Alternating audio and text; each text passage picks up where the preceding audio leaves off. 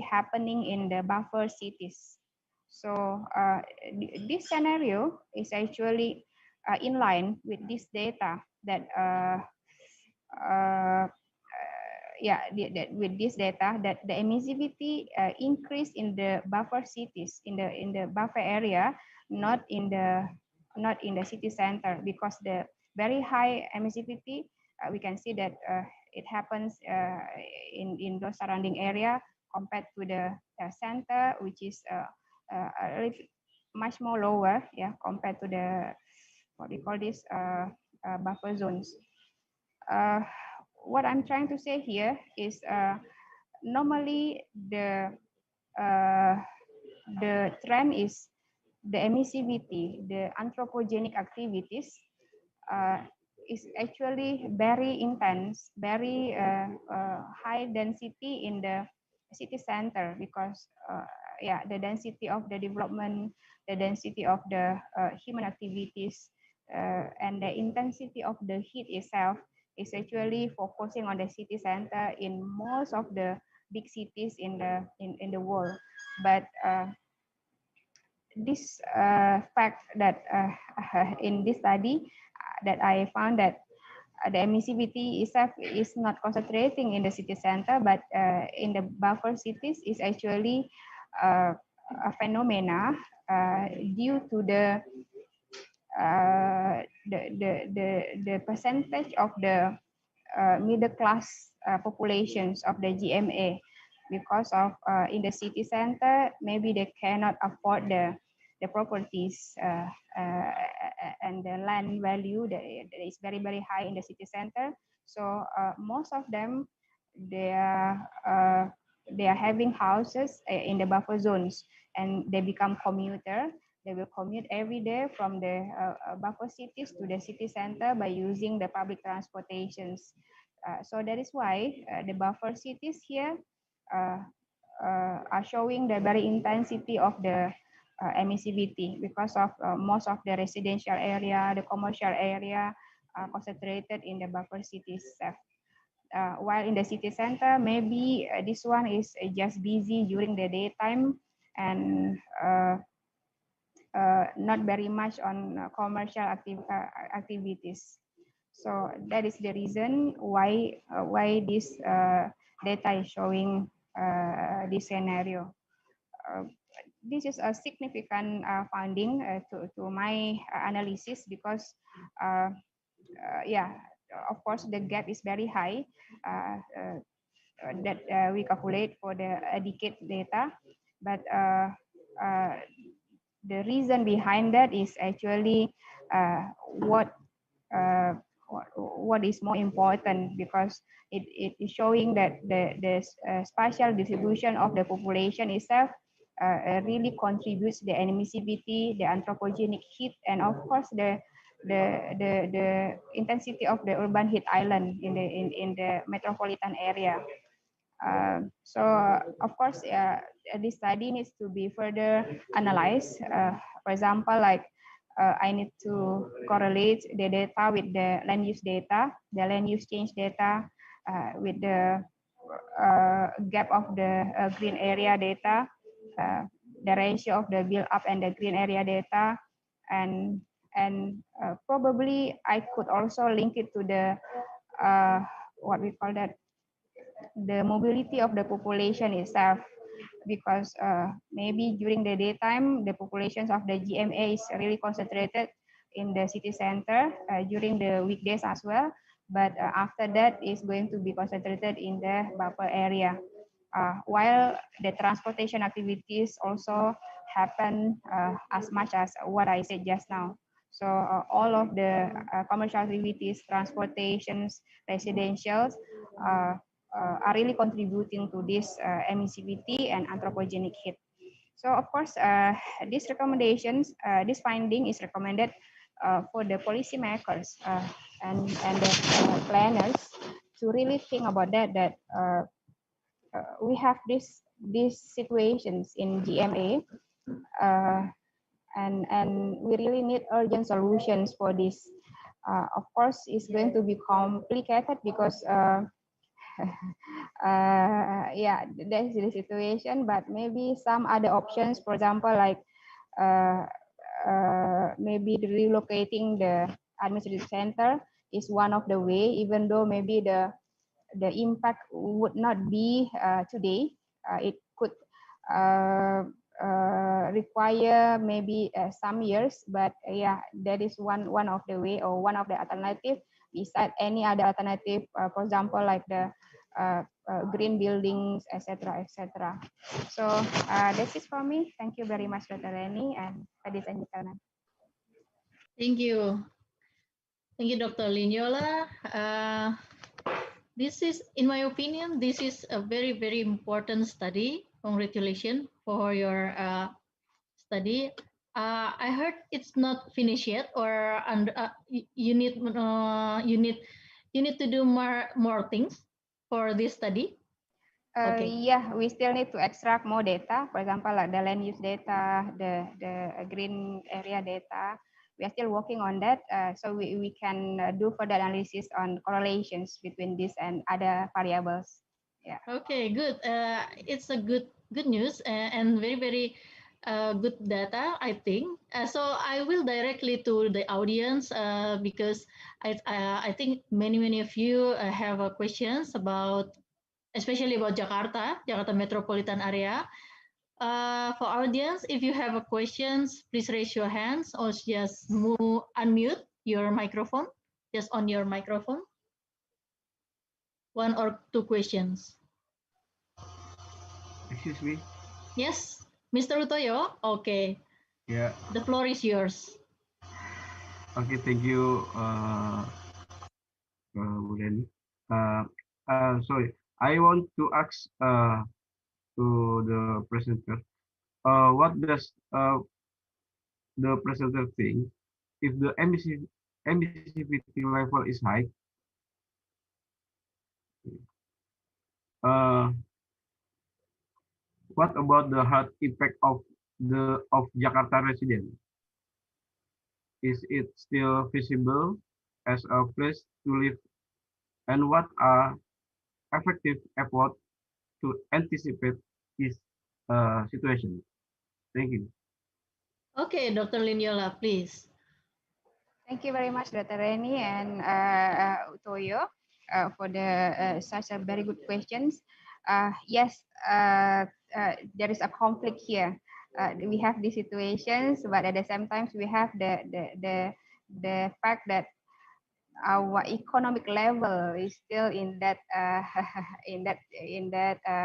situation as well. For example, like yeah, it's not all of the layer of the city dwellers could afford to get the houses in the maybe the good environment.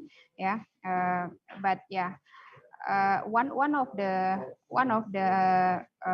cause or the reason is actually the enforcement of the policy itself. Yeah, actually we do have the policy on regulating this housing area. Yeah, but during the enforcement is just not implemented. For example, like uh, the buildings or the houses just attached to one another. Uh, the green ratio of the landscape maybe is all covered by the concrete. Yeah, even though is saying that it is an open space, but it's still covered by the concrete or the pavement, and they have maybe the roof. So it's not really open area, but it's a built up area. But yeah, it is not comfortable, of course, for the housings, for the residential, with the high emissivity. That is why we can see that in our metropolitan area, almost all of the houses, almost all of the buildings are installed with the air conditioning. So uh, uh, mostly we cannot live without those mechanical aids. We cannot just open our window, because if we open our window, uh, the air is just very polluted. But in some cases, there are many buildings are designed without windows due to the space problems. So if you ask me, what about the comfortability of the housing? Of course, it's not comfortable, it's not livable, but yeah, uh, we still live with it. We still live with it. We live with the situations, uh, and there's the theory saying that I forgot the Urmadis that they're saying that there's the theory saying that when you still stay, we still live in the city space. However, the complexity of the space is, that means that the city still comfort you. So that means that with all of the problems, if we can still manage to live there, that means that we can still compromise with those situations, including the heat, the emissivity, and the high anthropogenic heat in the city, the pollutions, and etc. etc. So that's it. Of course, we are still uh, towards the agenda of the sustainability. I think the government is really trying, but yeah, maybe the effort is not really very fast compared to the developed country. But yeah, we are already towards that. Thank you, Kutoya. Thank you, Dr. Lin. So it's very interesting. So, however, the complexity of the city, so the sugar is still there. So many ants coming to the city, Yeah. compromise with the effect of the city, especially for the health problems. Yes. Ladies and gentlemen, we still have one presentation more from Dr. Lin Yola. I hope you don't mind, Dr. Lin. So we will continue with your presentation of number 3. So let me review first. We already have a case study from the Kuala Lumpur from Mr. Raja Iskandar Shah about the online course in the case study. And the next presenter from Dr. Lin Yola about the orientation of urban canyon, justification the deviation between microclimate and thermal comfort. And then currently we have the Jakarta metropolitan area emissivity. And the last one before break, we will have one more presentation from Dr. Lin about urban microclimate modeling. So I hope you are not going anywhere. So let us introduce again the next presentation from Dr. Lin. Please, Dr. Lin, 15 minutes. Thank you very much, Dr. Reni. Hi again, ladies and gentlemen. Hope you can still bear with this presentation, but this is my third paper that I'm going to present now. So please allow me to share my screen. This presentation is, okay, let me, yeah. This presentation is about empirical and numerical approach in urban microclimate modeling, investigations on the reliability. So again, this is a work, a work on the microclimate and thermal comfort, but this time around is a continuous study from the first presentation that I presented just now. If the first one is showing the data about the microclimate and the thermal comfort itself, this one is more on the validations and the reliability study of the simulation itself. So yeah, urban heat island in Kuala Lumpur. So move back again to Kuala Lumpur context. Yeah, urban heat island phenomena is really very bad. Yeah, very challenging in the big cities like Kuala Lumpur because the increase is really high. This one is recorded 1.5 degrees C higher compared to the data recorded in 1985.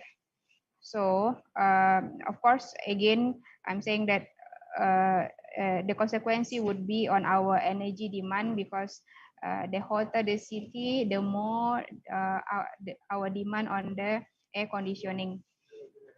Yeah, it's the something that I was just discussing in the first presentations, the uncontrolled urban development is causing the worst urban microclimate modifications and the thermal discomfort.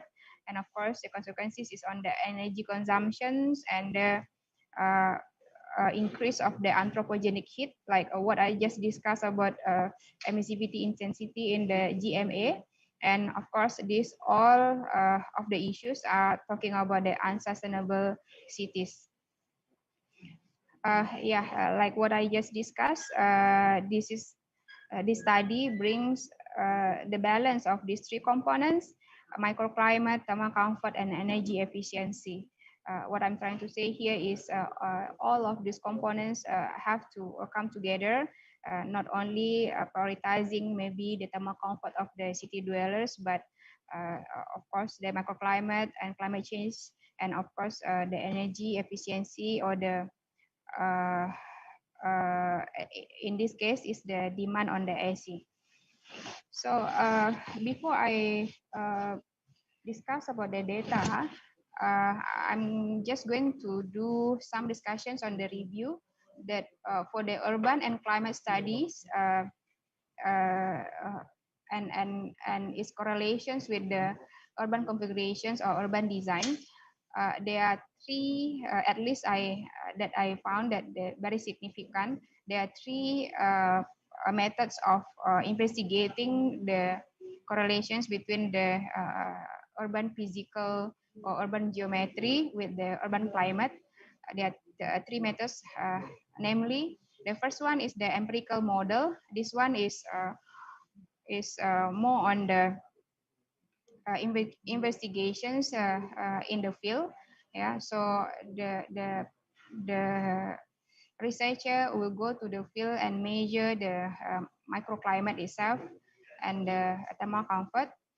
And for this context, I'm going to attach here the equations that was already produced or generated by the OKTR, the one that I discussed in my first presentation.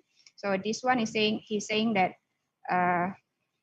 the higher the ratio of the height to width aspect ratio, the higher the urban heat island intensity is. So in the simple word, is saying that when the distance between buildings is smaller and the height of the building is higher, this one is very bad news to the city thermal stress or the urban heat island intensity. And the second equation is saying that the smaller the sky view vector angles, is the worse is the urban heat island intensity. So in the simple word, maybe I can translate that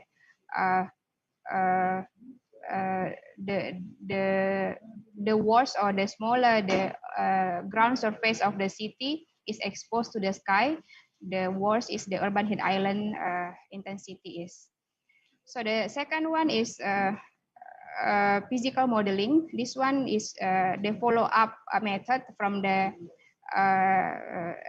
method done by the OK around 1980s. The physical modeling is actually doing the miniature of the city and investigate the urban heat or urban physical, urban physics through that miniature. And the third one is the numerical modeling. This one is the most comprehensive one and holistic one, because this one is using computer modeling, where the variables are more, what we call that, it offers more variables in the calculations, and as well as we can adjust the time and the locations by using some applications. So in this context of the study, this is what I'm trying to compare for the validity and the reliability study. So I'm comparing between the empirical modeling and numerical modeling. In this case, like what I discussed in the first presentations, that I use MVMAT model. So I'm trying to correlate it whether the data is accurate and what we call that, consistent compared to the investigations on the empirical modeling that I compare with the results of using the equations of the this OCAS model, these two OCAS model. So like what I said, that I don't just investigate the existing urban configuration, but I also use the other three hypothetical studies in this context. Courtyard Canyon is the existing, Courtyard, EU, and Canyon configurations are the hypothetical configurations. Oh yeah, so this is the OCAS model that I just discussed. And I think I'm going to skip this because I already explained it earlier. And this is my case study. I think I also discussed it earlier, but in general, there are two types of scenario. The first one, the canyon is facing east and west. The second one is facing north and south. There are two sides here, and the feature of the building is they are mostly look alike. Yeah, so the Courtyard Canyon feature, but the difference is just the orientation of the canyon is swept to from east west to the north south, and the height of the building is also almost same. That's why I try to get the fair judgment as possible. So this is the comparisons of the what we call that reliability studies. This one is for the east and west scenario. This one is north and south scenario. So for this one, is saying that this is the OCAS model. Yeah, this is the results of the OCAS model, the one I said just now, using this empirical modeling, while the second row of the table is showing the simulated data. So here is showing that this is the estimation of the urban heat island itself for different sky view vector. Yeah,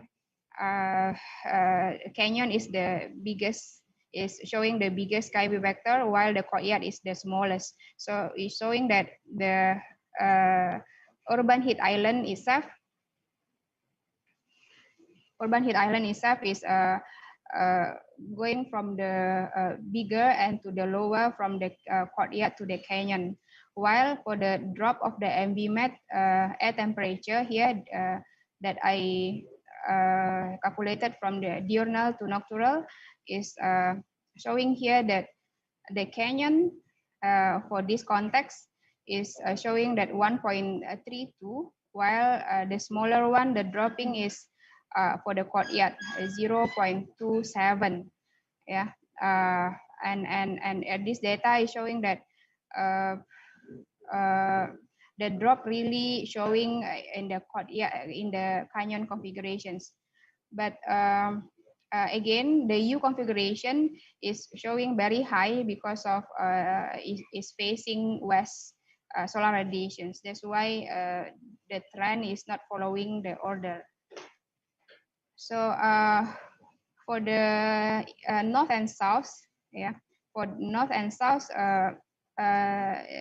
in this scenario, the data is showing that is another round. So the urban heat island, yeah, if you can compare here, yeah, is recorded lower. Yeah, here is around 11.45, but here is around 6.79. But the drop of the air temperature, yeah, is showing that the canyon one is the biggest, and while the courtyard one is the smallest. So there are two scenarios here, and they are showing the different data.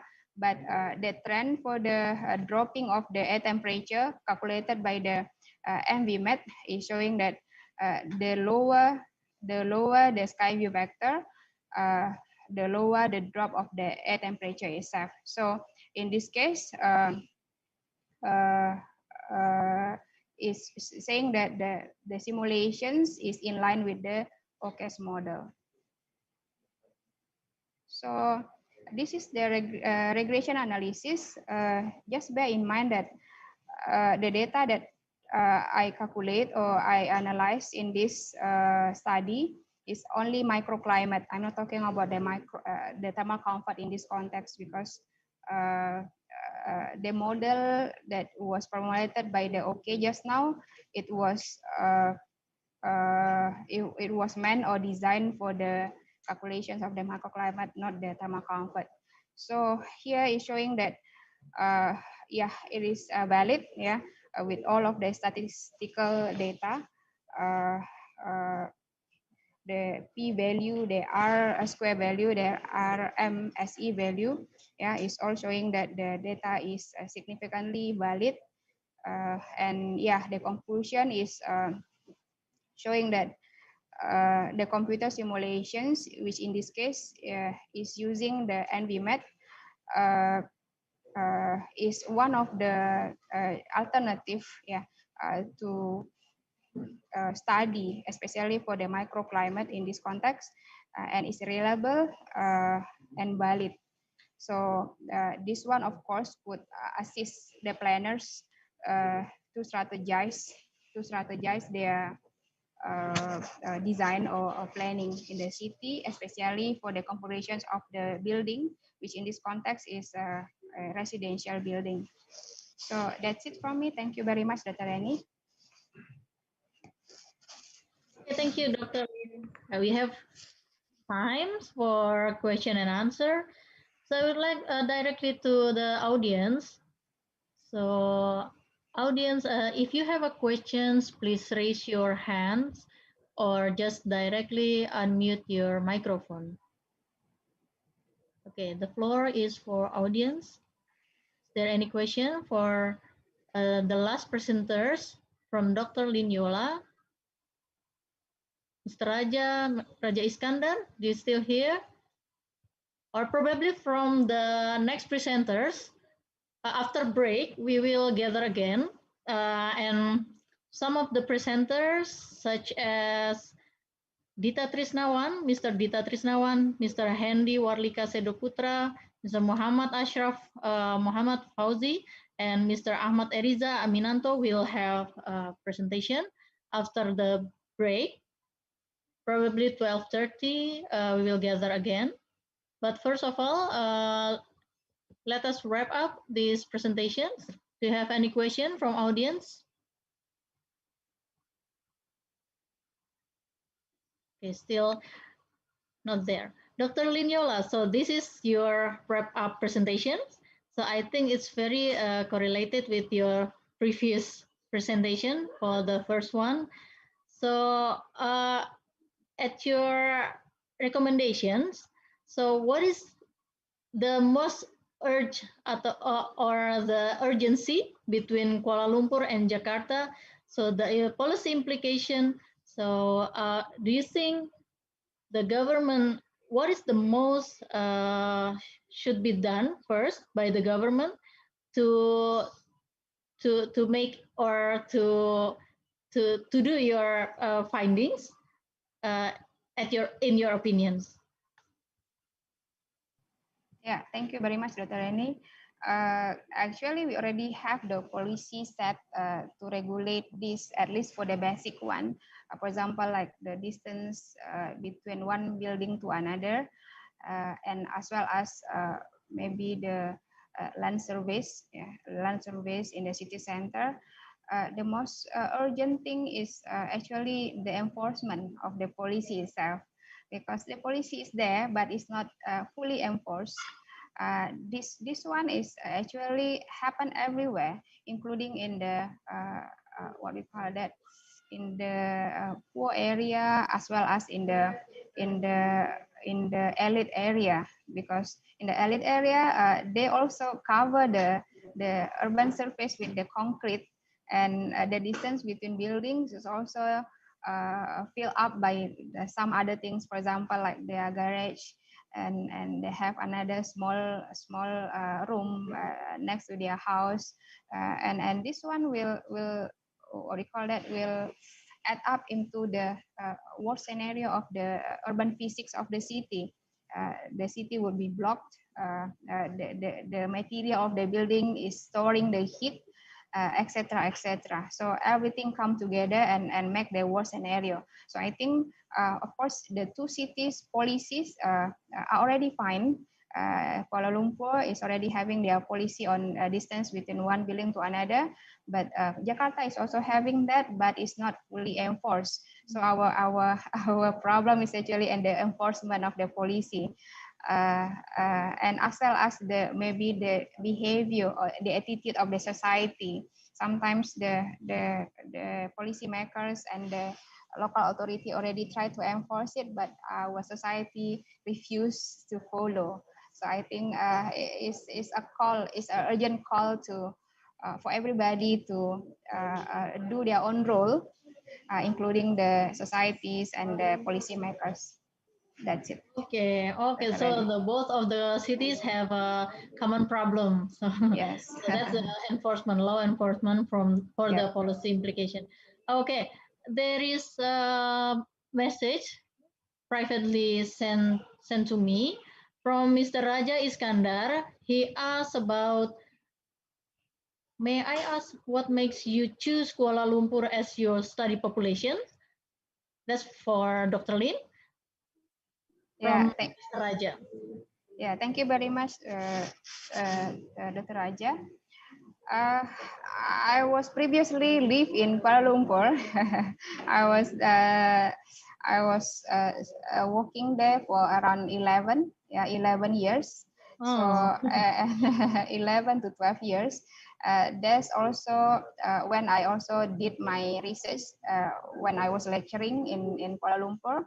So that's why what is the reason, because I live there and yeah, I collected data there. But of course, towards these 2 years, I'm looking at the comparison studies, because I now live and work in Jakarta. So I can see that the problem is actually also there, but it's even worse. So I think it's a very good idea to compare the two scenarios, because the context is actually similar. We are in the tropical context. Cultural context is also almost close to each other. So it's a very interesting idea to compare them. Yeah. Okay, so the both of cities are comparable, and it's interesting also for the findings because we knew the policy is there, but the law enforcement is still being a problem.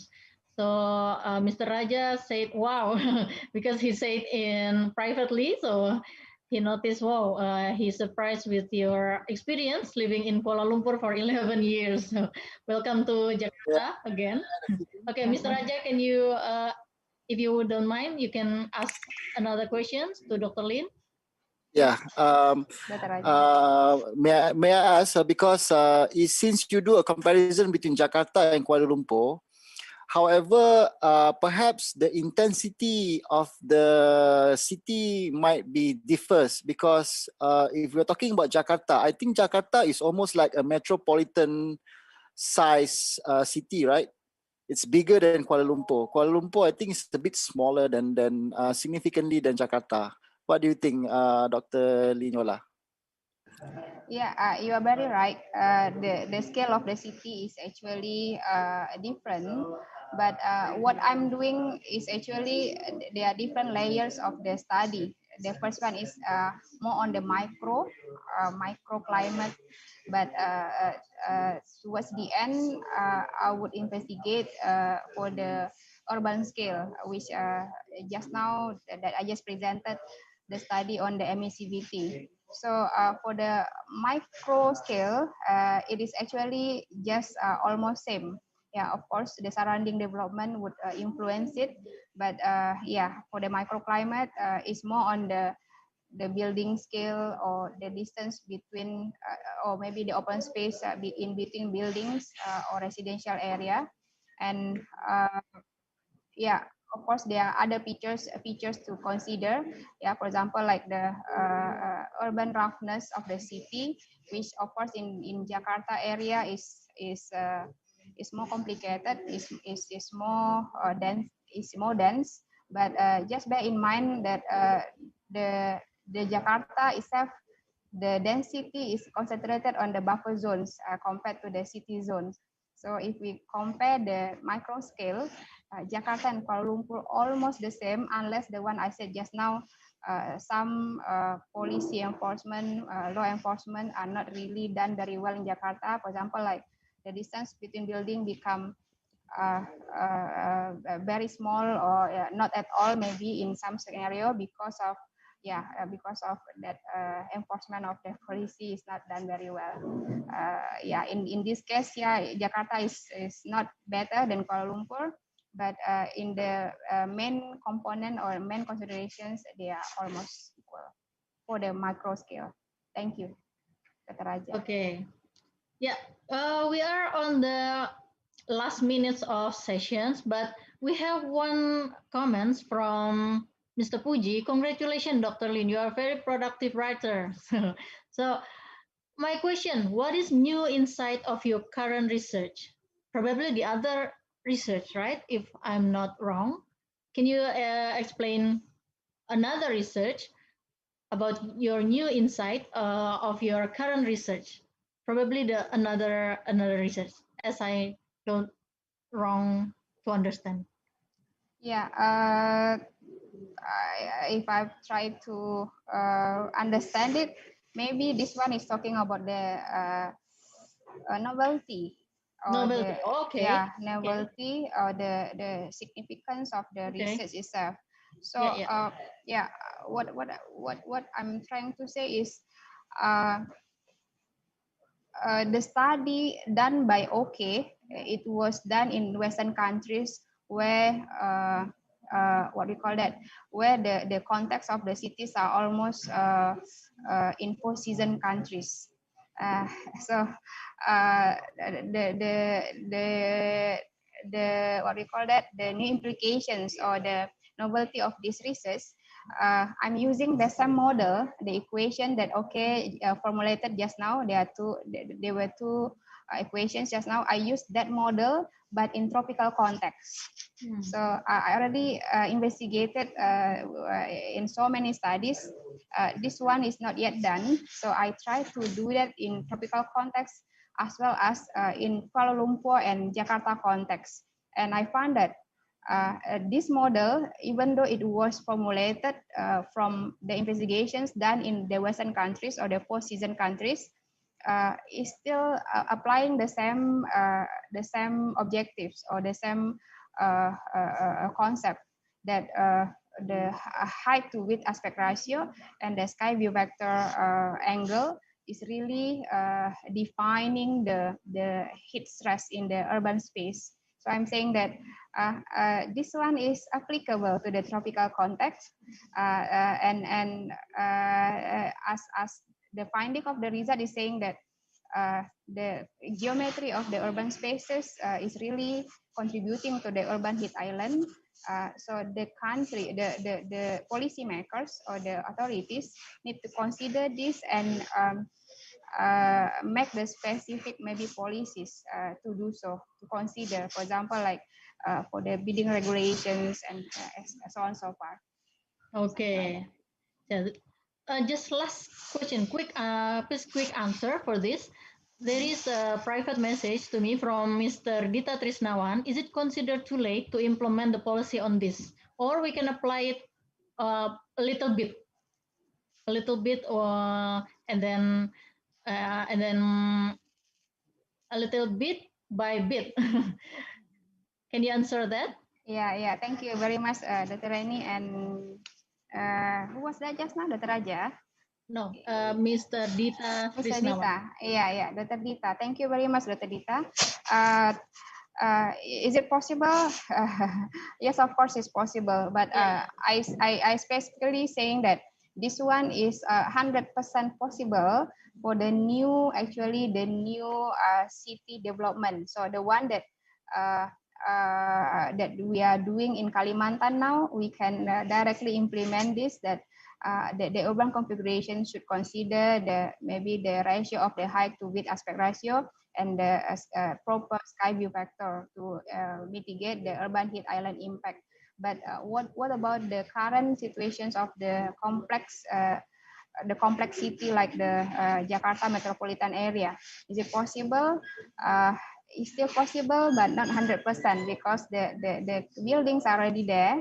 So how we do that? We do the policy and maybe implement it like what you said just now, bit by bit for the new development or new construction of the buildings and maybe some urban revitalizations. Okay. Thank you. Thank you, Dr. Linyola. Thank you. So we are finished. I will not wrap up, but the audience can wrap up by ourselves. So I will give it the time to Mrs. Rizka. Rizka, are you there? Yes, Dr. Okay, thank you Rani. for the audience for coming to the second International Conference on Sustainable Design, Engineering, Management, and Science, especially for session F. Please, Mrs. Rizka. Thank you for the presenters, Dr. Lin, Dr. Raja. Thank you very much. Thank you very much, Thank Dr. you, Rani. Dr. Rani and Dr. Lin Yola. So, for this session, we're having a break for now, and please join us again at 12:30 Western Indonesian time. We're still having 4 more presenters, and and please don't forget to join us at 4 p.m. Western Indonesian time because we will have the closing ceremony. Thank you. Thank you, Rizka. See you later after the break. And ladies and gentlemen, thank you. See you. Thank you, Dr. Lin. Thank you, Dr. Rani. Thank you, Dr.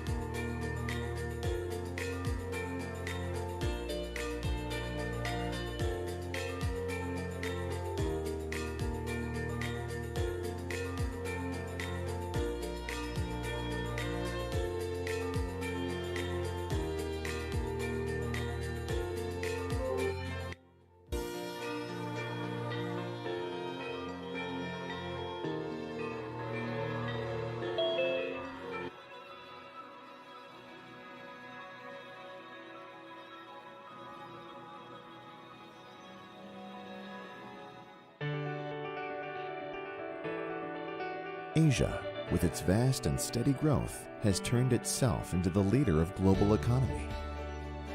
Indonesia, with its strategic position, has the chance to take the major role in this era. In order to build global partnerships and counteract the threats, strategic policies should be taken. To enhance the nation's competitive advantage, further approach through in-depth, comprehensive studies and researches are crucial. With our long history, has proved ourselves to be a reliable academic institution.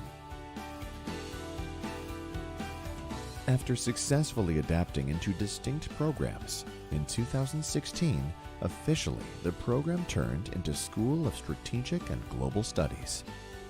School of Strategic and Global Studies Universitas Indonesia contributes the cause by producing qualified human resources and studies. Situated in the heart of Jakarta, the School of Strategic and Global Studies provides a variety of courses on multidisciplinary and interdisciplinary studies at the master's levels. In my humble opinion, I can say that I have a good impression at the first sight. An atmosphere and ambience here support us to gain more and achieve more other than merely classes and handouts.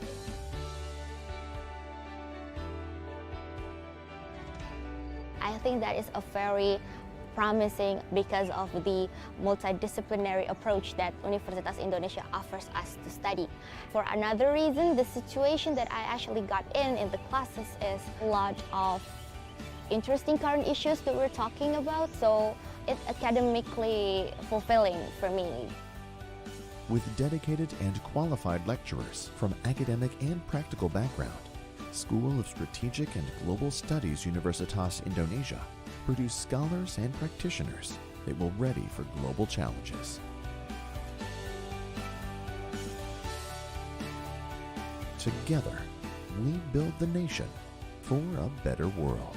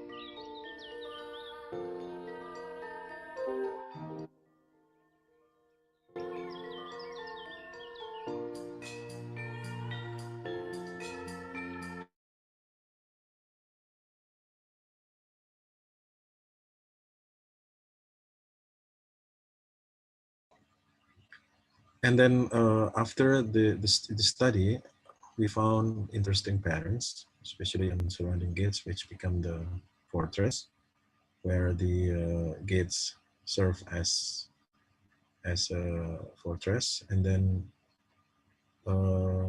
only one of the gate that is open, which is the main gate, and then in and out from there.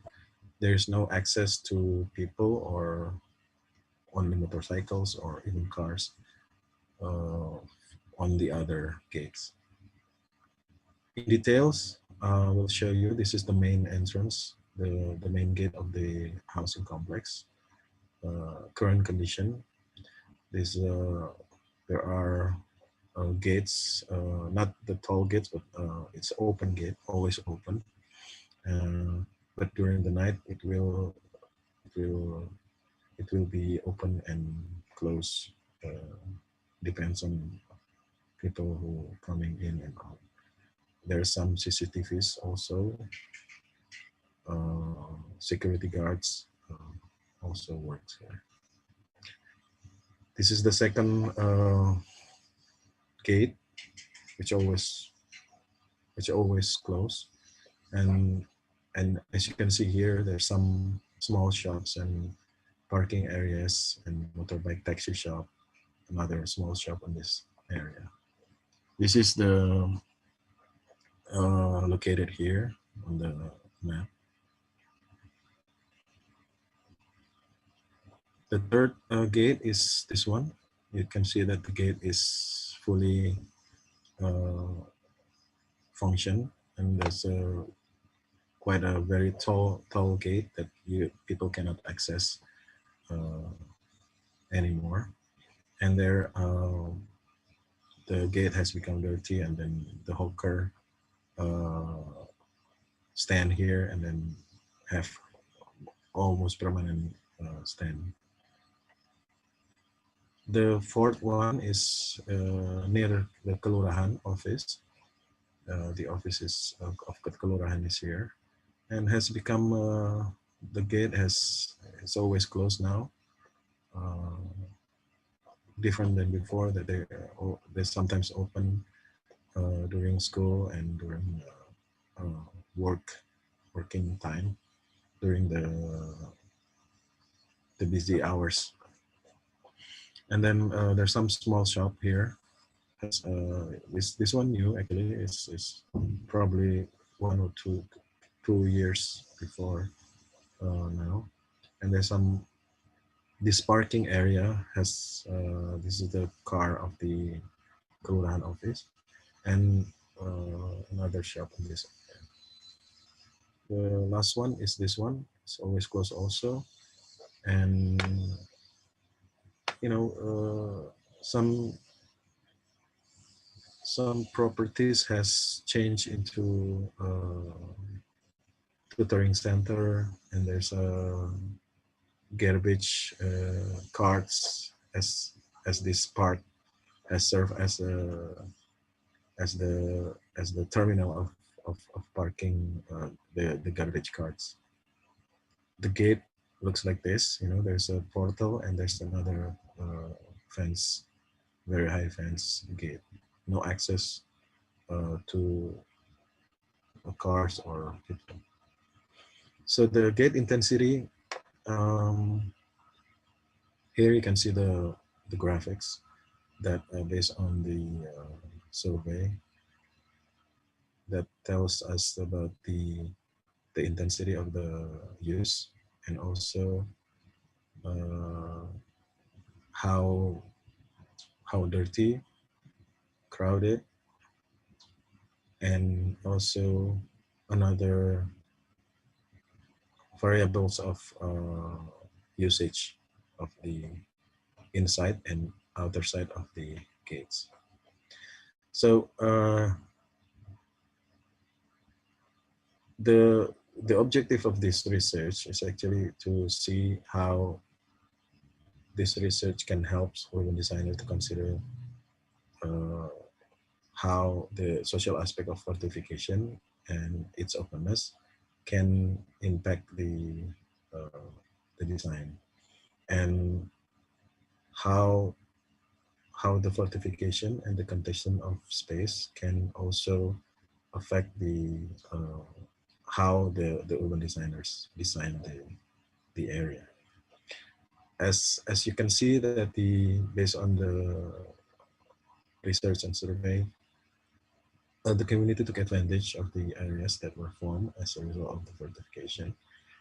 The second one is that each gate creates different pattern. Depends on the people's response of the gate, of the existence of the gate. And also, this is interesting that the opportunity that people see used to use for the benefit of the people more than the security aspect. So this is something that ethnographic studies can be used to find something that are not it's an anomaly actually, you know. And then the gate also makes the management of the area easier during the COVID-19 pandemic. This is the findings that we have after the study. And in conclusions, the presence of the fortification in the area of the gating by getting the residential area shows the emergence of contestation, which is the result of the adaptation of the prevailing conditions. And this adaptation process can be taken into consideration when designing an area of our city, because fortification that hinders openness does not always hold contestation to the city. The incidents that occur since May 98 riots till the COVID-19 outbreak show that residents were able to interpret the use of the city space. Citizens as parties who play a role in carrying out city life must be in the main focus beyond the design made by the designers, in this case, urban designers or architects. And then the second conclusion is the strategy and tactics will always appear in forms that the designers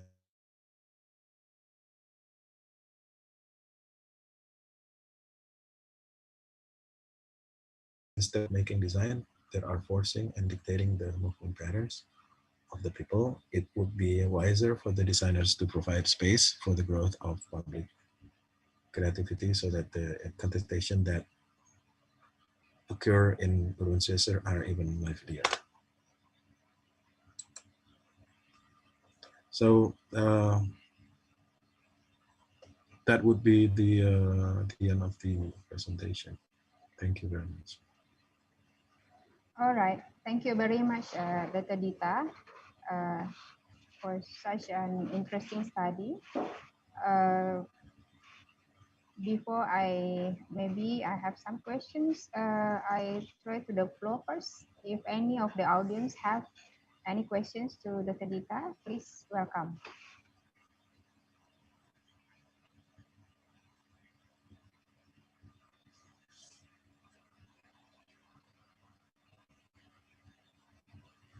Not yet, maybe while waiting. Just now you said that you conducted questionnaire method in collecting the data, data. Who are those people? Are they the residents within the area, or including maybe the visitors or non-residents? Mostly the residents and the after the first phase of the interview, I picked some of the residents that are significant because they've been living here since 98 at least, and then also I picked ones that are live here since the form of this housing complex. So basically, I can understand how the housing complex perform and how the change has been made through the gates, and those changes are not really recorded as timely wise, since they're not really how to say the residents change the policy to change the gates are based on their agreement, you know, between the residents. Okay. Okay. Maybe just one more question. I'm just curious that if the finding of this study could be maybe different if you do the same study in other type of housing or other configuration of housing or other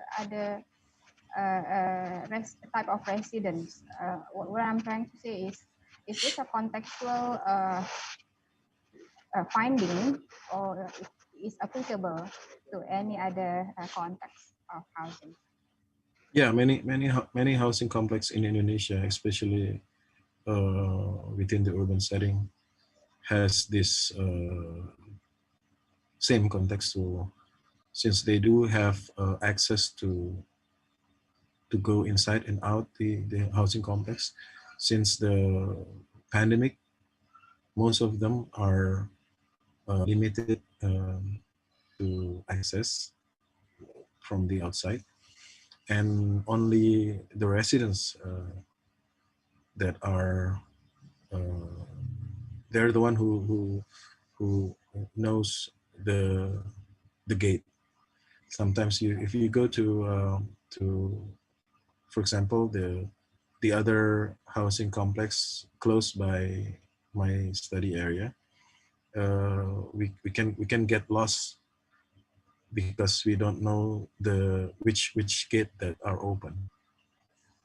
That's the result of the after the riots, they do that the fortification, the barricade and so on, and the fence, the high fences and so on.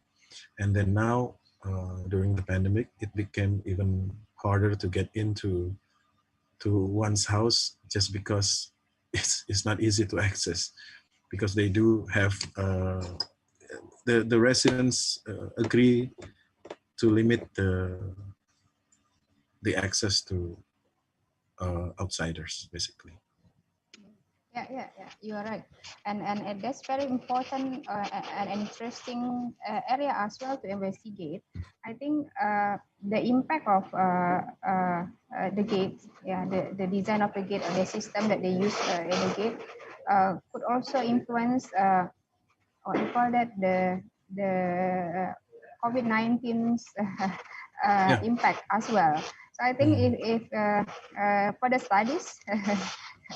Further studies, for this, I think it's going to be very interesting, because I think in some neighborhood they have this kind of what we call that local agreement that it's their right to block access to the residential area. While it's actually some of them actually belong to the public spaces and public roads, which is in to some extent is not really what we call that fair to some other maybe visitors or public. So I think it's very interesting to to do the further studies on this. Yeah. Yes, I will. Yeah. Thank you very much, Dr. Lin. Thank you. Is there any more questions from the floor? From the audience, please.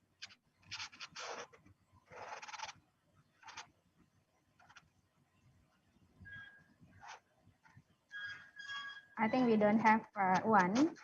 So thank you very much, Dr. Dita. Thank you. Thank you very much for sharing your findings, and see you again for the next presentations of your research findings. Thank you. Okay, thank you. Thank you. Yeah, okay, thank you very much. Then we move to the next presenter. We have the second presenter here, Mr. Hendy Warlika Sedoputra. He's going to present his work on typology and characteristics of the slum settlement in the wetland of the Palembang city. It's very interesting topic as well. I'm really curious to really to know about the details of this study. His from the Polytechnic Negeri Sriwijaya, from Palembang. Mr. Handy Walika, are you with us? Yeah. Could you please help us to share your screen, please? Okay. Wait a minute.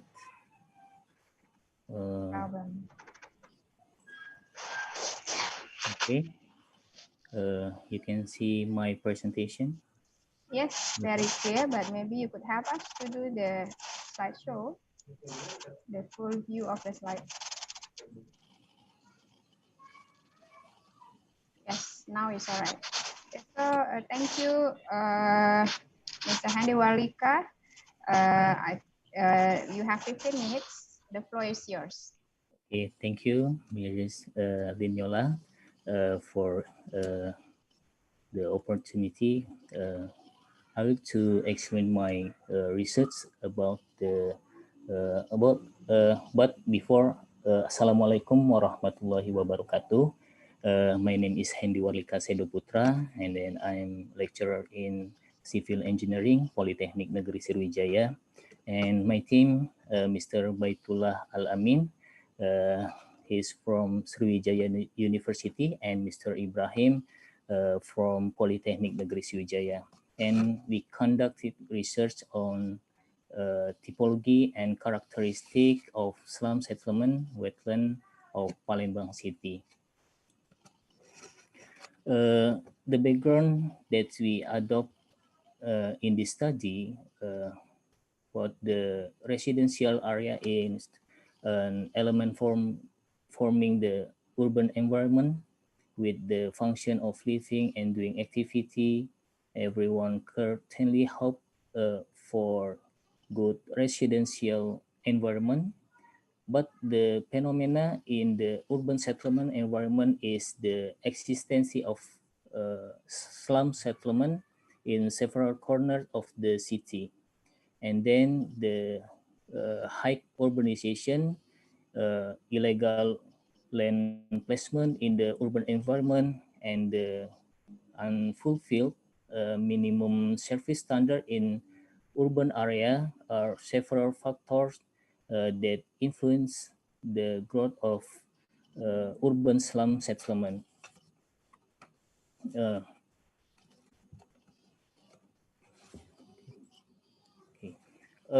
If we review the city of the Palembang as a whole, review from the planning document that have been prepared by the city of government of Palembang city, that's namely SIAP, Slum Improvement Action Plan, in 2015 until 2019. The slum area of the Palembang city include 59 sub-districts into the two typology categories of the slum area. That's namely slum in the lowland and slum on the bank of the water. But the question is the typology formulated accordingly? I take an example. The drainage development from the government by the community turned out to be not functioning. Functioning when there was high tide in many area in the city of the Palembang. Therefore, it is necessary to conduct a review related to the typology of slum area in the city of Palembang and do the grouping to find out the slum characteristic of its typology. So there are some research questions that need to be addressed. What is the typology grouping of slum settlement in Palembang city? And then term of geographic location, especially the waters and wetland of Palembang city. And then what are the characteristics of the slum area of Palembang city when viewed based on the typology of the settlement area. And then the last, are there similarities in characteristic that from the slum of the settlement area from the typologies that are formed? The the objective of this study with the various conditions of the slum settlement in the city of Palembang, of course, the pattern of handling slum settlement in an effort to improve the quality of settlement should be identified based on the typology of each area, as well as the problem characteristic of each typology of the slum area in Palembang City. Okay. In the guidebook for complying the RP2 KPKP document, that's been a plan for prevention and improvement of the quality of urban slum settlement. We have several typologies, but they have 5 typologies for the slum settlement, but here I only raise for 4 typologies due to the characteristic of Palembang City. That is slum housing and settlement on water.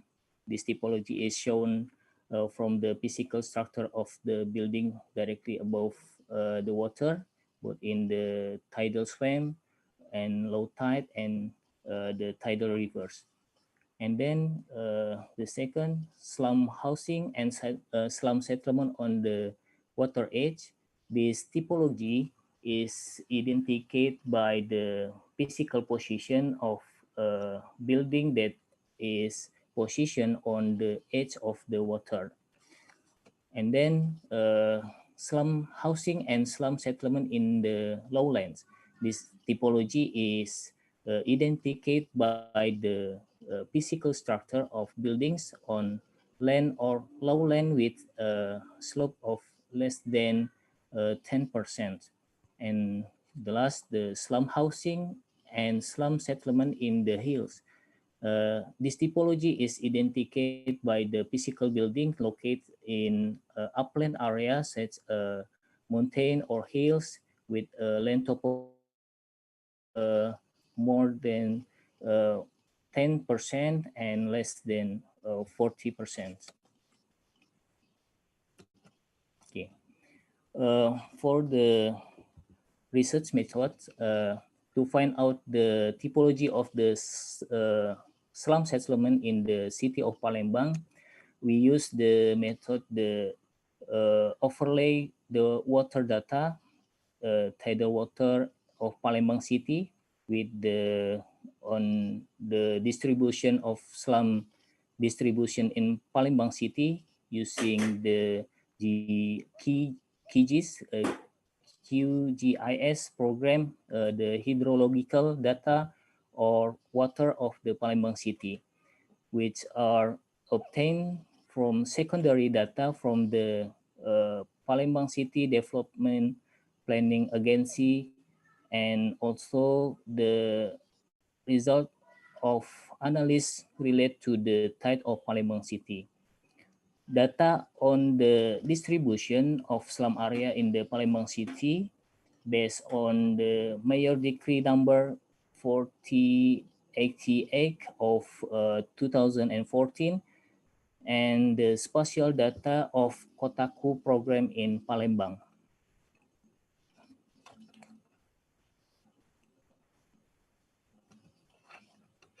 Okay. To see the characteristic of the slum area, the numerical data on the characteristic of the slum characteristic of each sub district in the city of Palembang is sourced from the update data related to the Kotaku program of the baseline data for slum settlement in Palembang.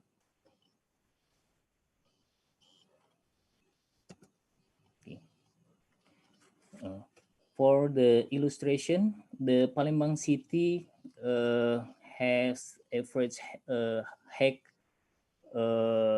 meters above the sea levels with an area of 40.61 kilometers, which is divided into uh, 18 district and 107 sub-district or village.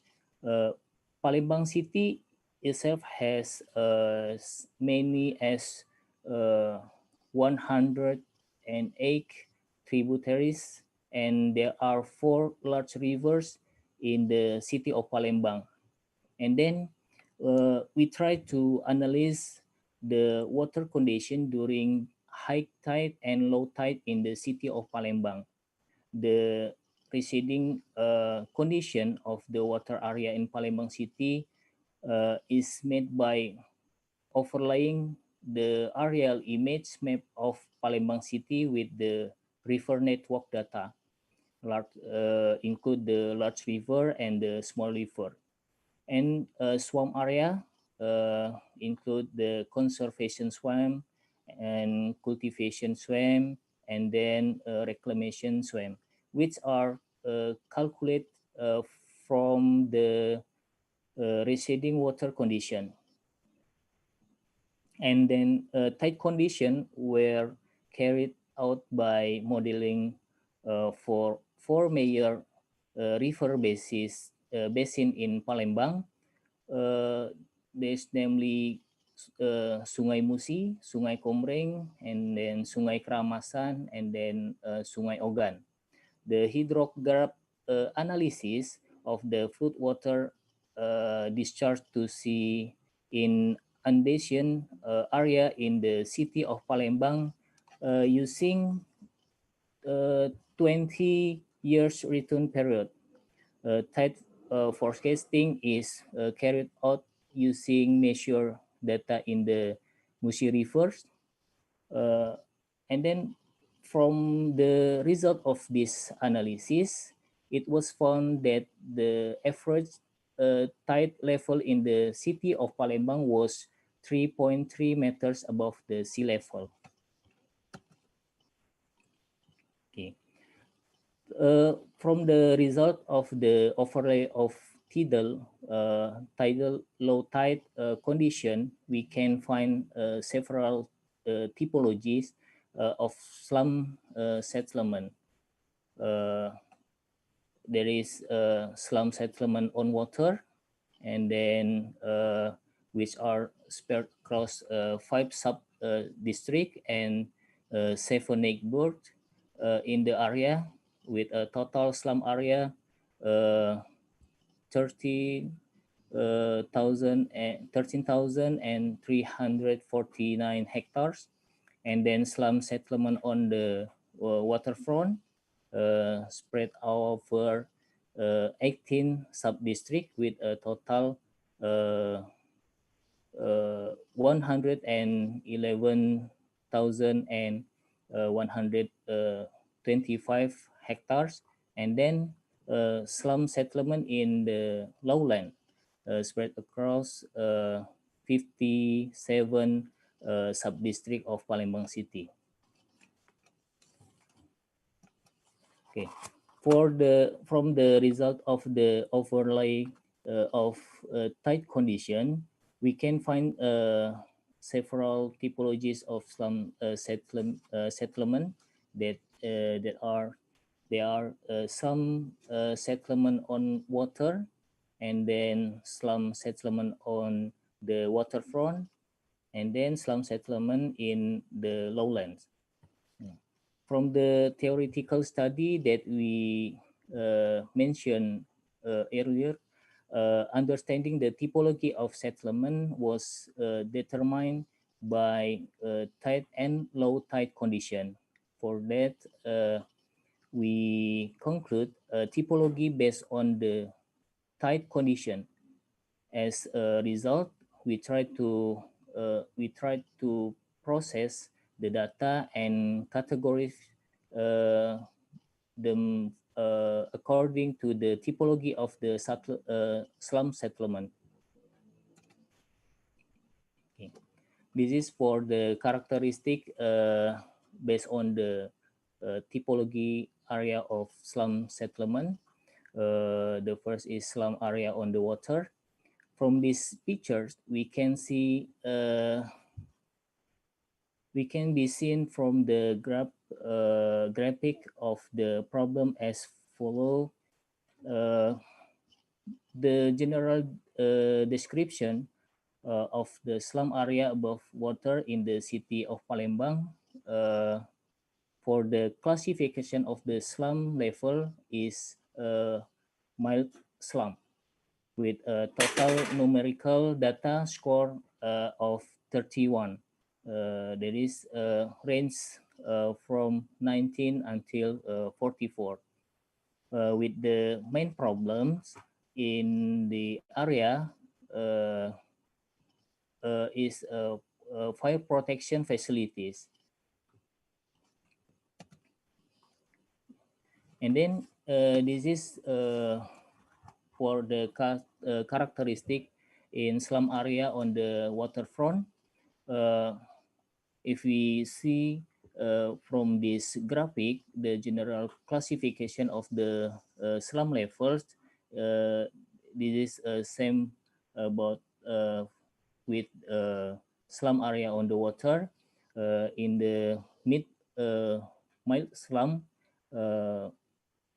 and then the total numerical data score of 20 is in the range of 19 until 44, with the main problem in this area, namely of the fire protection facilities. And then the last, for the slum area in the lowlands, when viewed from the general description of the slum area, the classification of the slum level in is mild slum with the total numerical data score of 26. It's in the range 19 until the 44. And then the problem in this area, namely the unavailability of the fire protection facilities. There is 95%. Okay. From this research, it can be conclude that the typology and characteristic of the slum settlement in Palembang city. For the typology of the slum area in Palembang, we have three typologies. Slum area on the water, and that's the dominate most of the slum area, and then slum area of the water, slum area on the waterfront with and then the third slum settlement area in the lowlands. And then for the characteristic, in general characteristic of slum settlement in the city of Palembang have different trends in the main problem in the area of each typology. The dominant problem with value more than 75%. Number one is slum area above the water are dominated by the irregularity of the building above, and then unattended drainage 86.83%, and then the slum area on the water edge tend to only have one main problem, that's namely the unavailability of the fire protection facilities in the area. And then for the slum area in the lowlands, they have two problems. The main factor are not maintained drainage, and then unavailability of the fire protection system. And then as a recommendation, we recommended to do a comprehensive review with a wide scope in solving the problem. For example, flood management in Palembang City may not be solved with a small form of road drainage, perhaps in the form of a canal. And then the biggest problem is that the building disorder needs to be resolved in more radical ways, such as renovation, resettlement, and so on. It is also possible that a slum problem is not resolved due to the visual quality of the settlement. Okay, that's all for our presentation. Thank you for your attention. Wassalamualaikum warahmatullahi wabarakatuh. Waalaikumsalam warahmatullah. Thank you very much, Mr. Handi Warlika Sedoputra. That was a very comprehensive discussions, and I think this study should be published in not only in one paper, because I think you have a lot of findings just now, and all of the findings are significant. You had spatial studies, you have a social study, I think, as well, and physical studies. So it is very comprehensive. And I think this topic is just relates to all of the cities, because almost all of the big cities, especially the developing in the developing countries, they are they are having the slum area, and especially in Indonesia, we do have a very big gap between the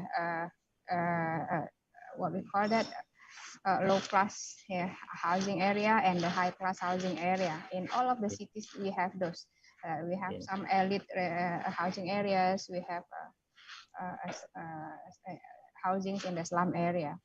And very interesting that you try to map it according to the locations of the settlement,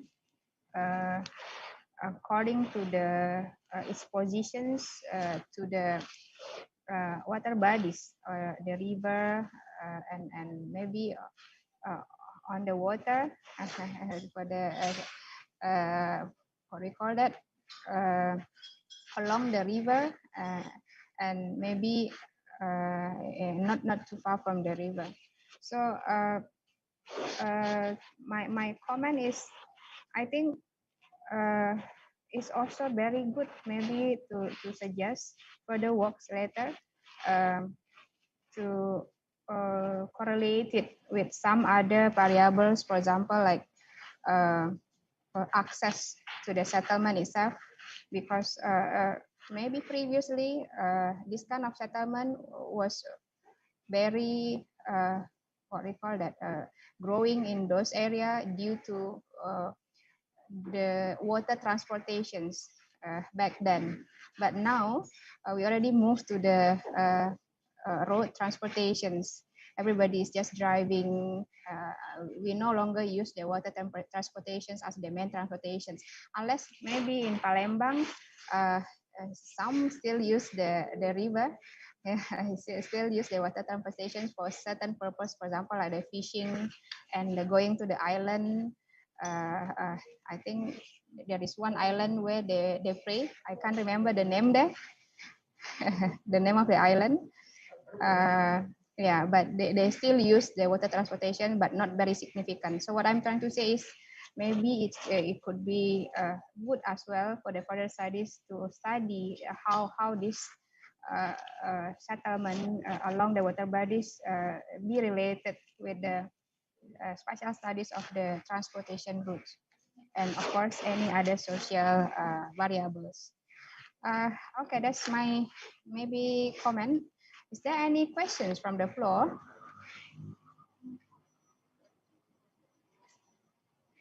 Please.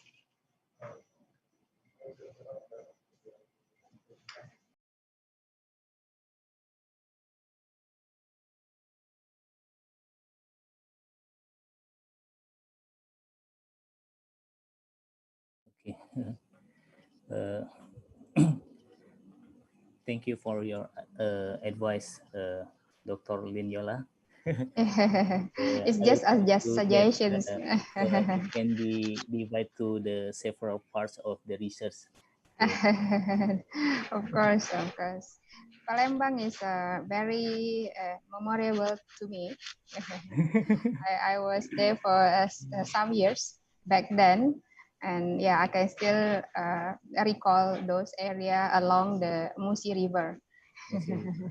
Yeah. So, is there any more questions? Is there any other questions from the floor?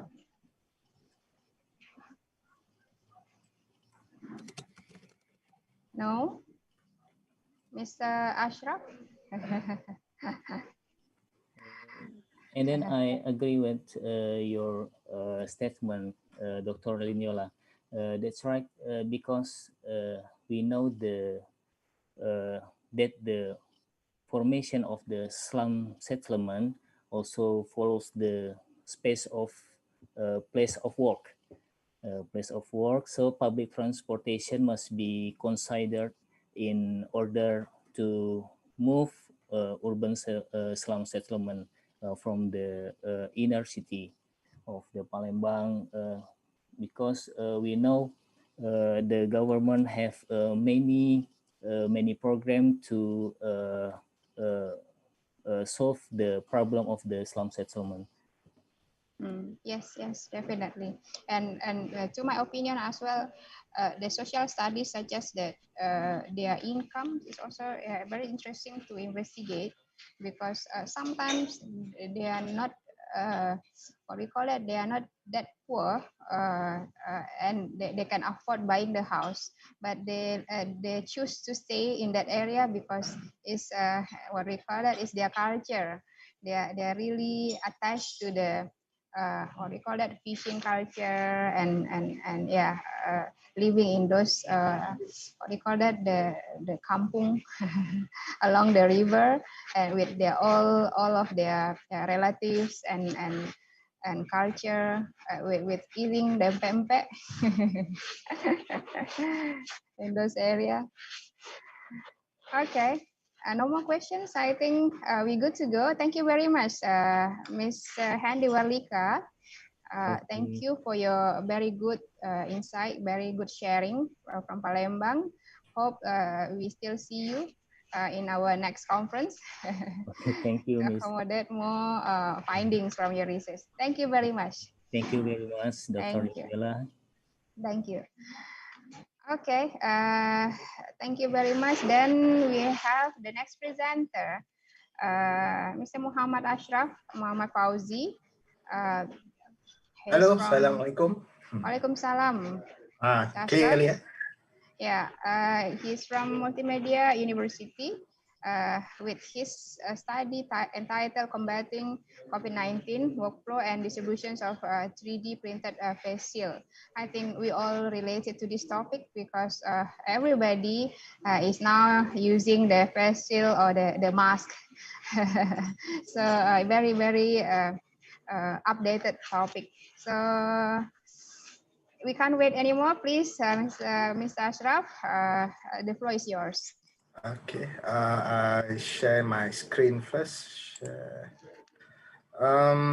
If I make it. So, you guys are seeing the whole slide or just a partial slide? We can see that, but if you could help us to make it on slideshow or the full view of the slides. If this setting is okay, then I'm good. Oh, okay. Okay, no problem. All right. Okay. Assalamualaikum and very good afternoon, our chair lady, professors, doctor, and our fellow researchers. So my name is Muhammad Ashraf bin Muhammad Fauzi. I'm from Malaysia. Together with me is my co-author and of course my supervisor, Dr. Kong Chi Weng, Mr. Zainuddin bin Siran, my colleague Ko Azam Bostami, and Mr. Mazlan. Okay, so my title is Combating COVID-19 Workflow and Distribution of Three-Dimensional Printed Face Shield. So let's go to the background of this situation. Okay, the first when we talk about COVID-19, okay, I think it's nearly 1 year that COVID-19 being spread around the world. Okay, in 11 March, it's already being declared as a pandemic. And until 20th November, we have about 57 million cases of COVID-19. And when we look into in Malaysia, okay, the first cases was traced back in 25th January, which is it's not Malaysian, it's a Chinese tourist that came from Singapore to Malaysia, and that one is the first case ever. And on the 4th February, this is the first Malaysian citizen who positive COVID-19, and on the 17th March we have two cases of related death due to the COVID-19. And as for last time, 20th November, the last time that we checked with the update, okay, we have about 50,000 cases detected, and we have 329 deaths reported. So when this happened, okay, this all over the world, PPE, the protective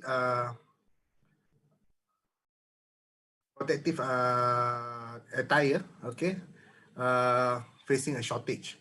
So everywhere people need this protective gear, whether it's a complete robe, whether it's just a face shield, okay.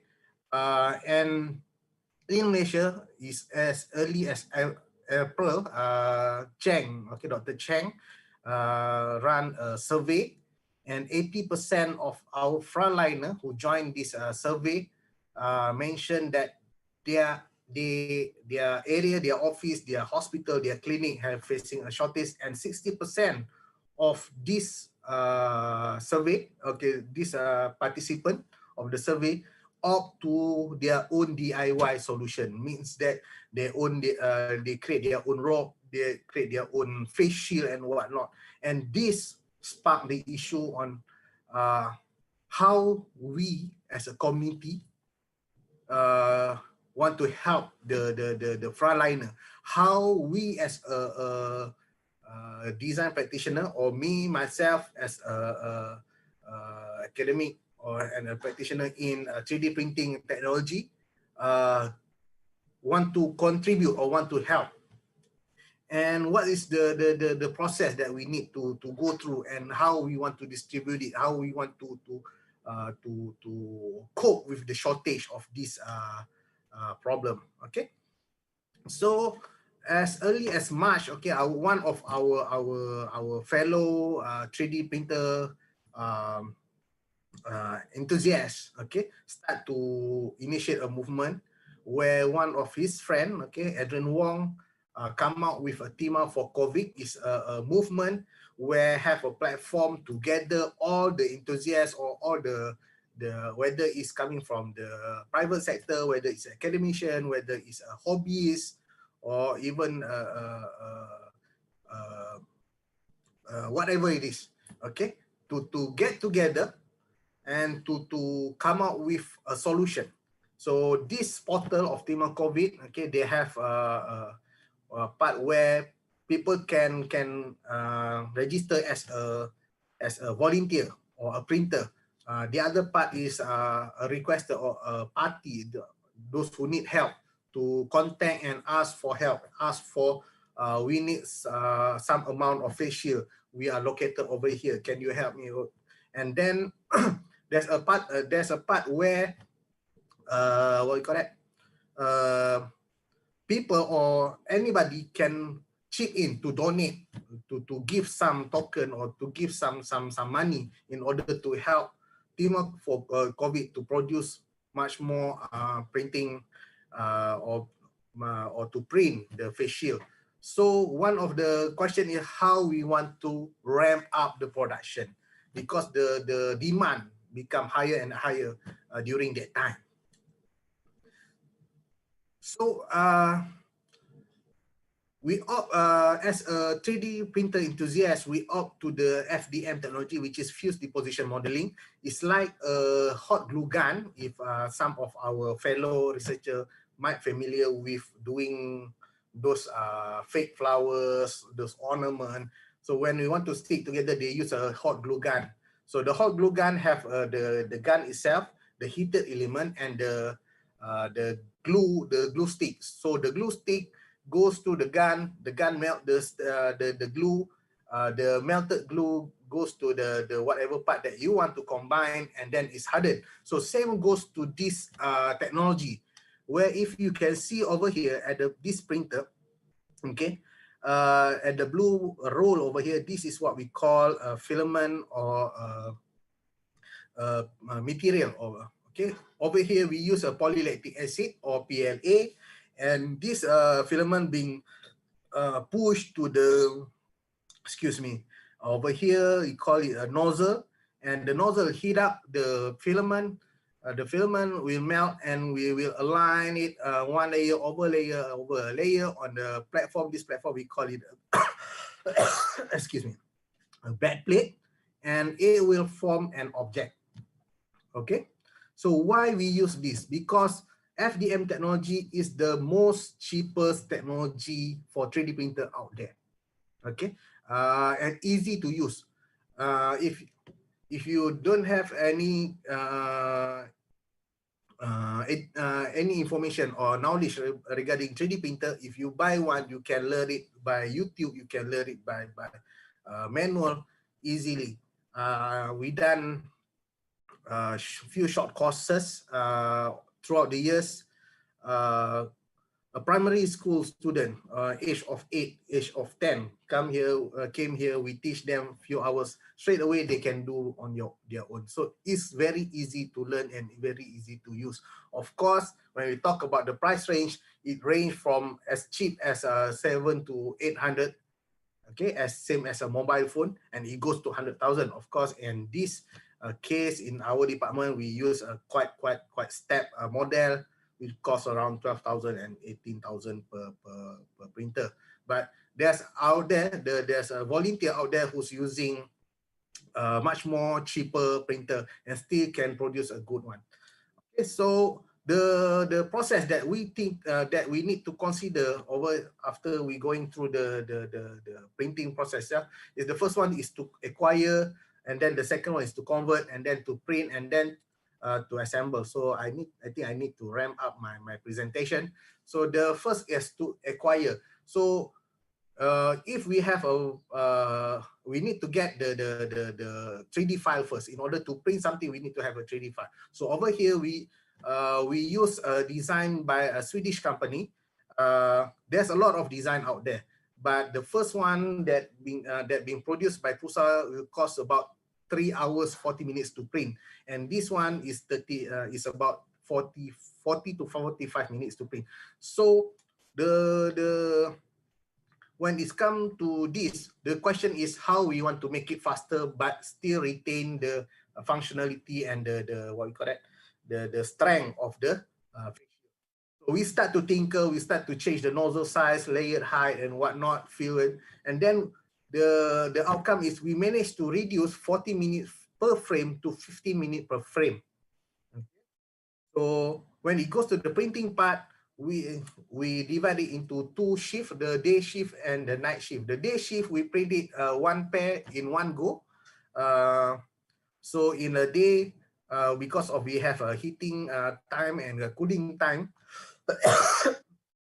we need to then we only able to print about 10 pieces during daytime, and at night we stack it, those model like this one, the bottom one, and we able to print it all night long, 20 pieces per printer. So for one whole day, for the 24 hours, we managed to produce 30 pieces per printer. All right, so once we are done with the printing, we go to the assembly line.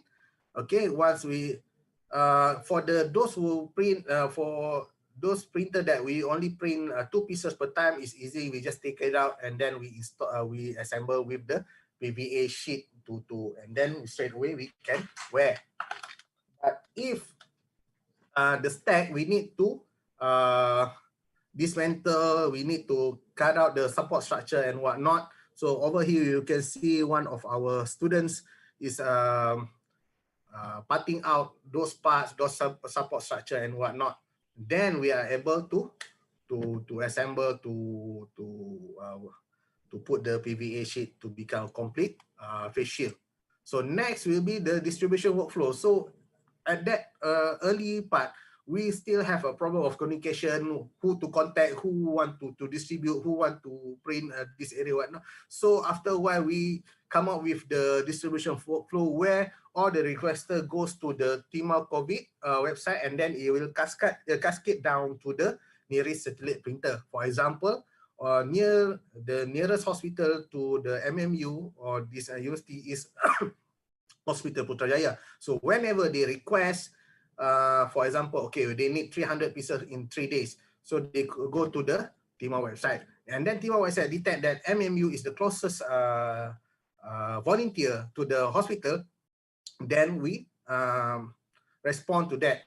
So if we have a shortage of material, then we inform the Timah will send the material and whatnot. And then once we are ready, ready with the print, with the face shield, we will send straight away to the hospital. So that's the what we call that, the distribution workflow happen. Okay, and that's come to the conclusion. Okay, COVID-19 is still a threat, and yet the numbers is still keep going, and then the demand is still there. So by using our setting and configuration that we shared among our 3D printers enthusiasts and our partners and whatnot, we are able to ramp up the production of our 3D face shield, and excuse me, still retain the usability and the comfort of the user. But of course, since we are this one, it doesn't follow FDA or KKM requirement.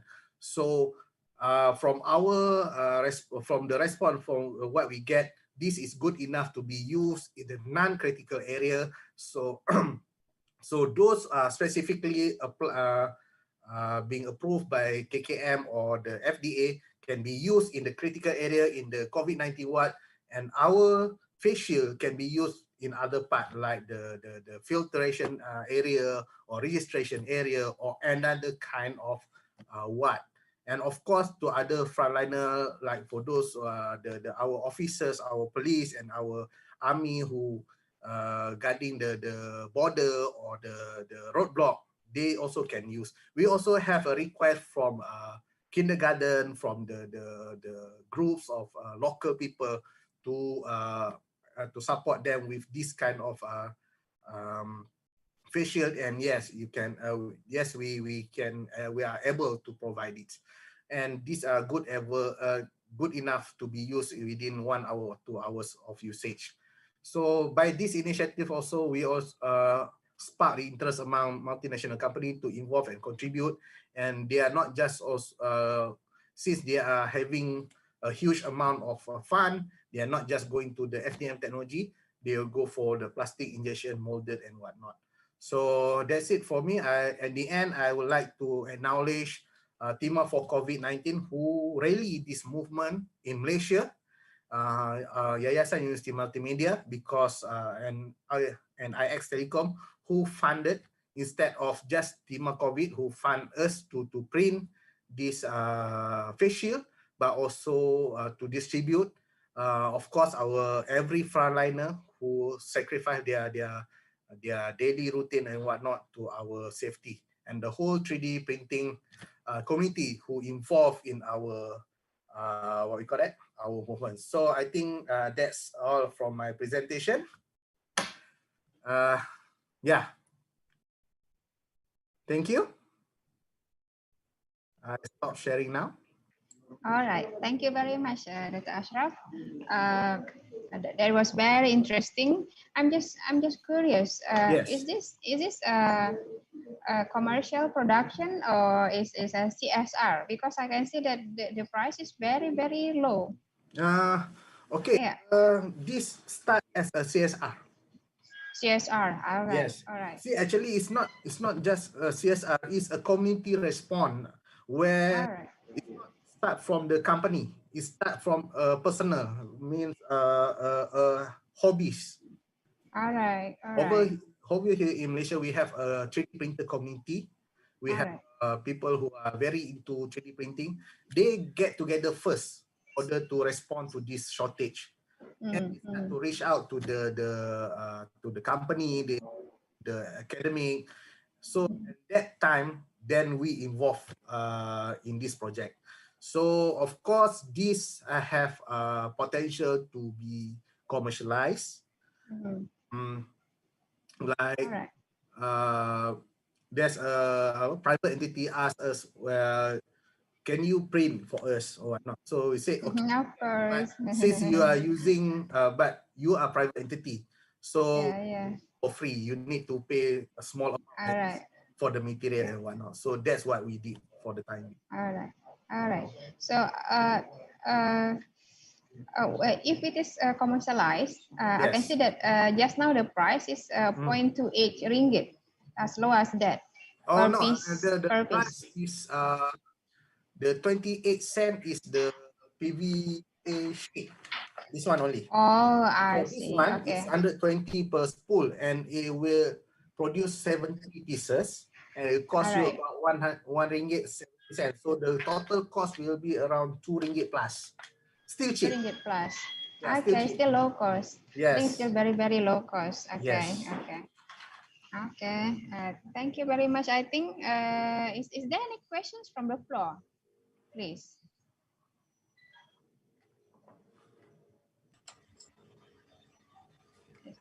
Yeah, Hi, Doc. Hi. Go ahead. Yes, Dr. Dita. Okay. Yes, very interesting to see how the community of designers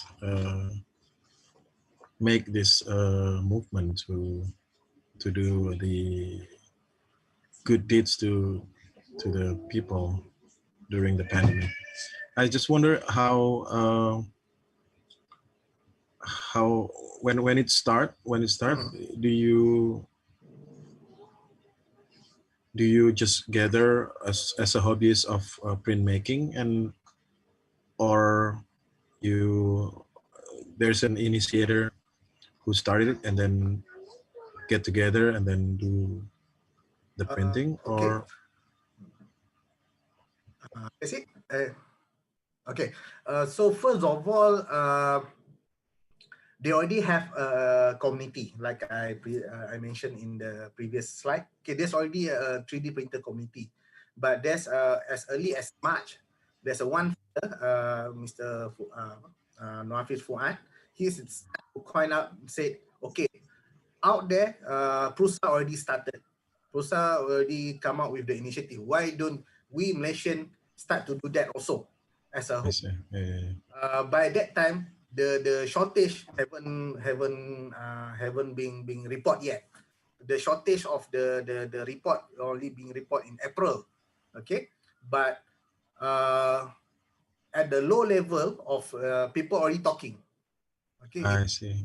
people already talking that my friend in the hospital said, okay, we don't have enough thing. The other friend in the other hospital, okay, we don't have. So this fella start the initiative. Then he start together a group of people. Then they start to reach out. So that's why after mid of the February, middle of the March, then we get involved. I think a lot of academic institutions also get involved. I think mid of March. The most interesting part of this custom printing, 3D printing, is that the product has to be specifically designed for each people, or people can order, because when you buy face shield or masker for anybody that needs it, in general it doesn't really fit your Yes, understand. size, your Right. Okay, I understand. That's why in an initial stage where we are looking at the stage of acquiring the data, the 3D data file, we keep looking for most what we call it, that everybody can use. The In a common size general, the common measurement. size. Yeah. So on the Prusa one, they take time to print, and they have part and then which is quite hard to consider. But and then we come across this design where it can be bendable. I see. Yeah. If the wearer is too small, then we can attach the what you call this? The extension. The band, the band extension. the band, to make it smaller. Okay. Yeah. So this one is much more feasible and much more user friendly. And of course, we got the what you call that response that this is not that suitable for a long hour usage. And of course, we aware that this one is more suitable for non-critical areas. So people just wear it around 1 hour, 2 hours is good enough. But if you for about 6 hours to 8 hours is this comfort is already So at this time we are okay with the design, but in the future, if we are looking towards to provide this kind of facial to the critical area, then we need to go back to a drawing board to design much simpler, much more comfortable kind of design. Thank you. Thank you, Mr. Asra. Thank you so much. All right, thank you very much, Dr. Dita, for the questions, and Dr. Ashraf for the justifications. I think we're good to go. Thank you very much, Dr. Ashraf, for the very good sharing. We hope that, of course, we hope pandemic is going to be over, but your initiative is all, we support your initiatives, very good initiative and CSR with your team. Thank you very much. Thank you so much. Thank you. So we move on to the fourth presenter, last but not least, Mr. Ahmad Eriza Eminanto.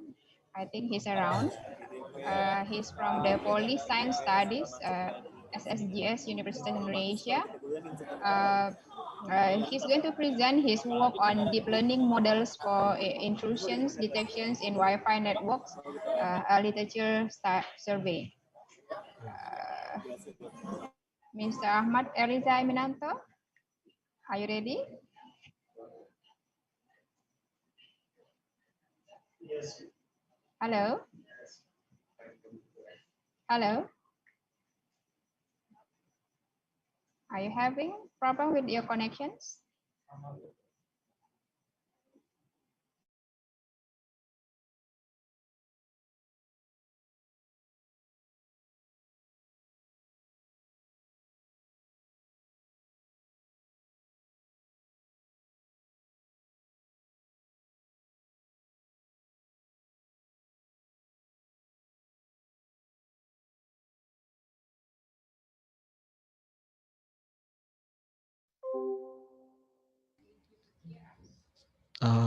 Dr. Sata, excuse me. Yes, Hello? please. Yeah, I can hear you. Yes. Can you find the breakout rooms in the below of Zoom? Let me just a moment.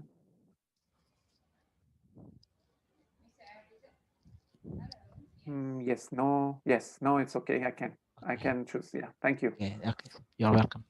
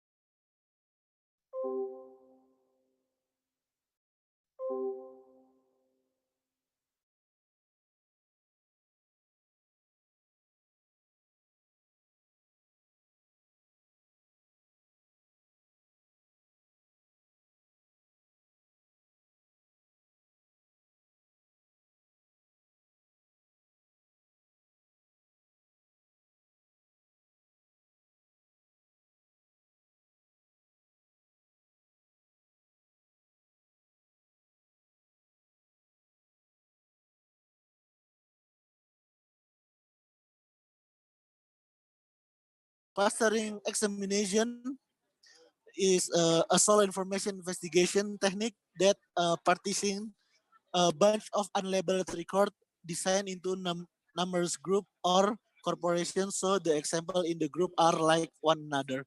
On the other hand, not the same as the example of exclusive cluster, have come to be a commonly anomaly discovery strategy. So in classification is a method that acknowledge generous and vindictive of offer based on the given information. So clustering and classification can be done with difficultly utilizing AI strategies. So here is my state of the art IDS using DL. I find many research that use the same data in IDS, but I choose the five best research that is have a great impersonation accuracy and overall accuracy. So the research also classification in the binary type class data and multi-class data. So data set that I use is on a Wi-Fi network area called by Agent Wi-Fi Intrusion Dataset or AWIT, developed by Collis et al.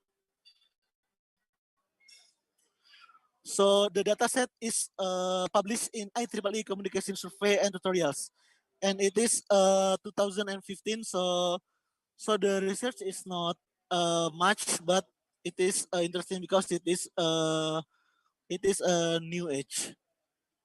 So there are 1 million and 1 million about 2 million instances in the dataset, with 1,000.6 is normal and 162,000 attacks. So here is the dataset. We have the normal class and attack class. So we use training in dataset and testing to know about the accuracy of the result. So the problem statement impersonation detector, as we see in first two research, the impersonation accuracy is high, about 99.97%. So it is high enough. So it's nice to have about same accuracy, but in the faster or in the cheaper algorithm. So it is interesting. And the overall accuracy in the three last research, the overall accuracy, it's nice to have a greater than 98.54% in a multi-class classification type. So the last is the conclusion.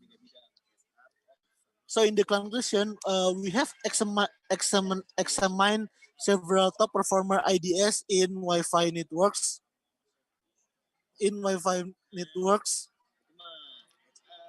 Using state-of-the-art machine learning models. As a summary, machine learning gives a significant impact in IDS research, especially in Wi-Fi networks. Machine learning used feature engineering and classification step.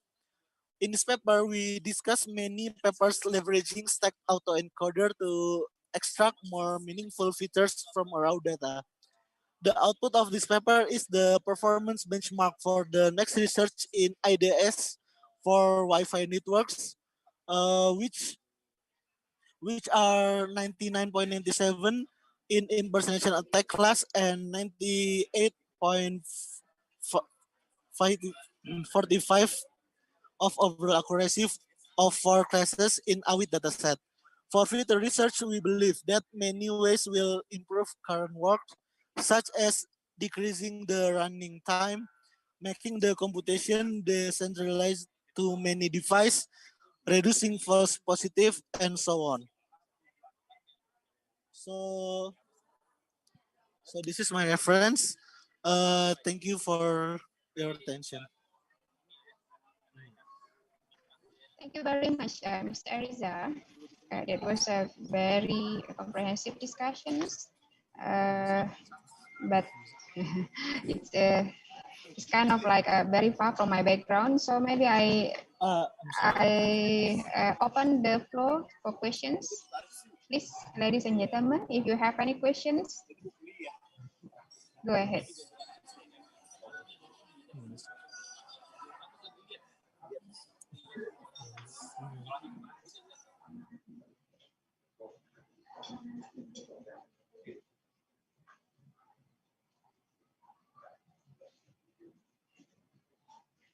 Maybe what is the implications of your study, Dr. Ariza, into the maybe police science studies?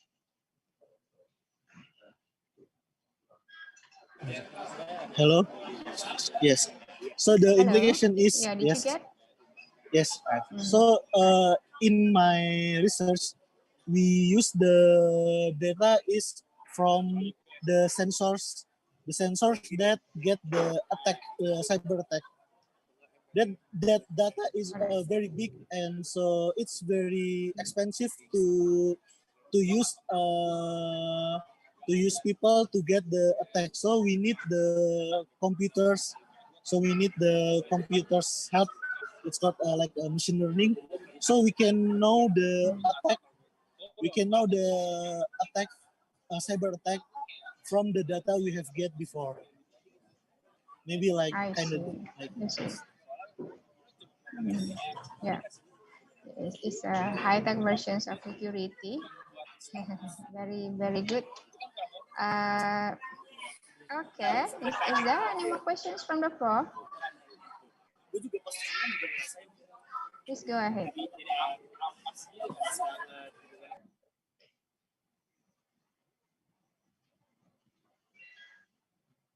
All right. I think no questions, no more questions. I think we're good to go. Thank you very much, Mr. Ariza. That concludes our sessions for these sessions F, urban and environmental concerns. I hope that all of those presentations, since the first until the end just now, I think we have urban and non-urban discussion just now. I hope it's giving us very good insight and significant knowledge to all of us in this room. And thank you very much to all presenters and to all audience participants. I think if I can conclude, of course, we are still on the way to improve the quality of our environment, our urban, and as well as the technology, and especially in battling with this pandemic issue. So we are still on the way towards that very significant efforts. So I think that's it from me. Thank you very much, everybody. Hope to see you again in the other good opportunities. Thank you. Assalamualaikum warahmatullahi wabarakatuh. Waalaikumsalam. Waalaikumsalam. Much, Dr. Dr. Lin, so after this we need to go to the main one, right? Oh yeah, actually the MC is going to close the sessions after myself, so she's going to explain what to do next. But yes, we will have the closing ceremony after these parallel sessions. But as the session is still ongoing, you could also move to other breakout rooms to see other presentations because they are still ongoing. And after that, maybe you could go to the lobby because there are some important information about the link and what you need to do after this. Oh yeah, one more thing, I will do the evaluations to get the best presenter. I think Dr. Reni also did just now for her part. But of course, myself is excluded. So it's remaining, all other presenters would be assessed according to the criteria that is given by the committee. So don't forget to attend our closing ceremony to know who is our best presentation, our best presenter and the best paper in these sessions, in these particular sessions. That's it, Tasha. Thank you. Yeah, thank you. Thank you. So I pass the floor to Miss Rizka. Please, Miss Thank Rizka. you. Thank you, Dr. Yola. Thank you, Dr. Lin Yola, and ladies and gentlemen. Now we're approaching the end of the parallel session. And dear respected session chairs, presenters, and audience, we are honored to have you today. Thank you very much. I would like to remind the participants that you may move from one breakout room session to another if you are interested. We still have one parallel session going on, and also we are going to have a closing ceremony at 16 Western Indonesia time. The link is in the chat room. You can check that, and and also the attendance. But before we leave this parallel session, we would like to ask you to turn on your camera because we are going to have this photo session. Please, ladies and gentlemen. Okay.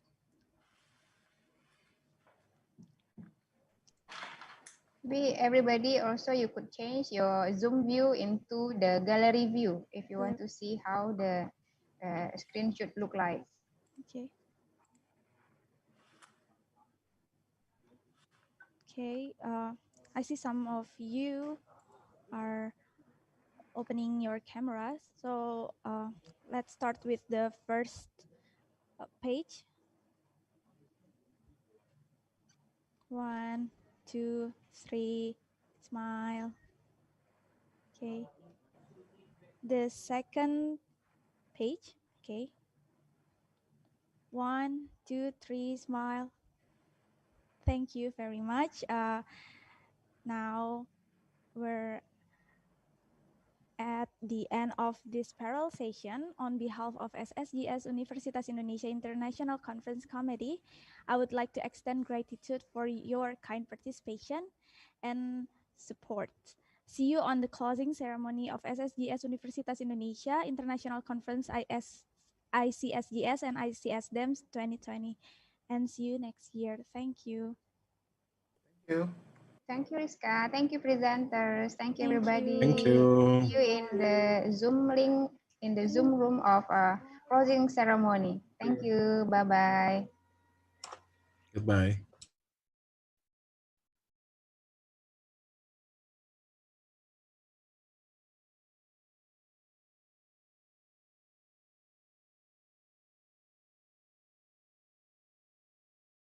About decision about state of emergency, and then the Constitutional Court make a separation then by saying that about state of emergency according to Constitution is different than emergency according to the law. But many of the scholars, according to Prof. Jim Siddiqui, Melissa Crouch, and myself also stated that you cannot do that. The stipulation in the law should be set as same as what's stipulated in the Constitution. So if the Article 12 concern about that authority should be given to the stately clear in the law. I think my time is up. I hope this law atmosphere gets you, and I hope you will give me many of input for my development of my paper. Thank you very much. You're welcome, Bu Korata Ayuni. Please, Dr. Mulawarma.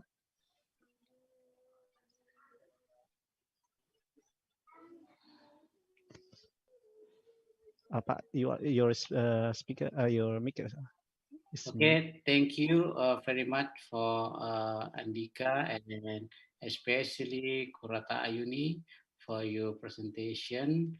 in the last session of I room session, religion and politics. I only joined your presentation starting for your conclusion and I give time to the floor to the audience to give some suggestion or question if you don't mind, if you have any question. Times you to the audience. Okay, once again, okay. Okay, we got one question, Pak Mul. Pak Susanto. Okay, from I see in the layer from Pak Susanto. Please, you continue to give some suggestion or question.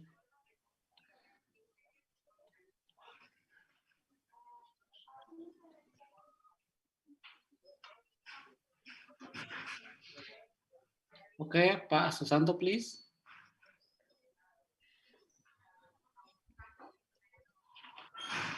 Okay, ladies and gentlemen, all of audience and participants. I think I see the question in chat, I think. Okay. I see the question from Pak Susanto, and he asked, what regulation are we talking about for the past 2 days with this situation we are currently experiencing COVID-19? Okay. This is not basic. This is basically not only talking about the COVID-19, because actually this paper I made it last year. It's actually so out in 2019 and in the early 2020. But what I see is in the current situation that the government also used this undang-undang year number 24, year 2007, about the Disaster Management Act, the Disaster Management Law, beside the quarantine health law. And then as we see today, many of the emergency but for this situation, for the pandemic, the declaration is come from the president. But in another situation, like in the liquefacy in Palu and then in Lombok, in many of area in Indonesia, like in Padang, in many cases of disaster, a local government sometimes confused. Is this a national disaster or is a local disaster? Is a province disaster or is a national disaster? And it gets questioned because there is no literary rigid indicator. There is no indicator that's acceptable for today, whether if there's 1 million or this is 100,000 or maybe there's more 1,000 people that maybe it's becoming a national disaster and such, or what kind of loss that can be declared as national disaster. That kind of indicator is also not mentioned in the law, and sometimes I agree if it is not put in the law, because of basically, according to the Constitution, the declaration is only come from the president. So I'm the one who believes that in any condition, whether maybe it's only a low number of affected people, but if the president is seeing this as important, a very important cases, and then it can be a national disaster. And then vice versa. If the president said that, maybe the president stated that, oh, this is a lot of people die in this case, but it can be managed in the local government. So it can be stipulated as the local disaster. So the declaration, it should be solely from the president, basically. But according to the law, it can be managed by the local government, where sometimes the local government already feel like, oh my God, we have no fund anymore. Or maybe we have a very confused situation where I need help from the government, a central government, but the central government reviews. And the central government may say that, oh, no, you can handle it. So use your fund in the province, or maybe use your fund in the district. And then it is because it's not a central, this is not a national disaster. So this kind of issues, this kind of confused in the practice is becoming one of the greatest concern in my paper. But according to the law that I mentioned in the presentation, according to the law, basically it comes from the authority, come from the constitution. So at least the government, the central government, in my perspective, is president should be informed or take consent on those kind of declarations that of emergency in case of local emergency. So okay, I think there's one more question in chat. Question from Pak Janggam. I can read it for you. Thank you. So for my understanding is the declaration of national state or calamity, bencana nasional, provincial state of calamity, bencana provinsi, and so on, is the status of bencana nasional by law the same as state of emergency? Darurat nasional. Okay. The clause, the phrase, or maybe the clause of bencana, the state of emergency, you cannot find it in Indonesia. In Indonesia word, state of emergency in the constitution is only can be seen in Article 12, and in the Article 12 is not saying of state of emergency. It stated keadaan bahaya. So in the constitution it called keadaan bahaya. So how we know that disaster is also keadaan bahaya?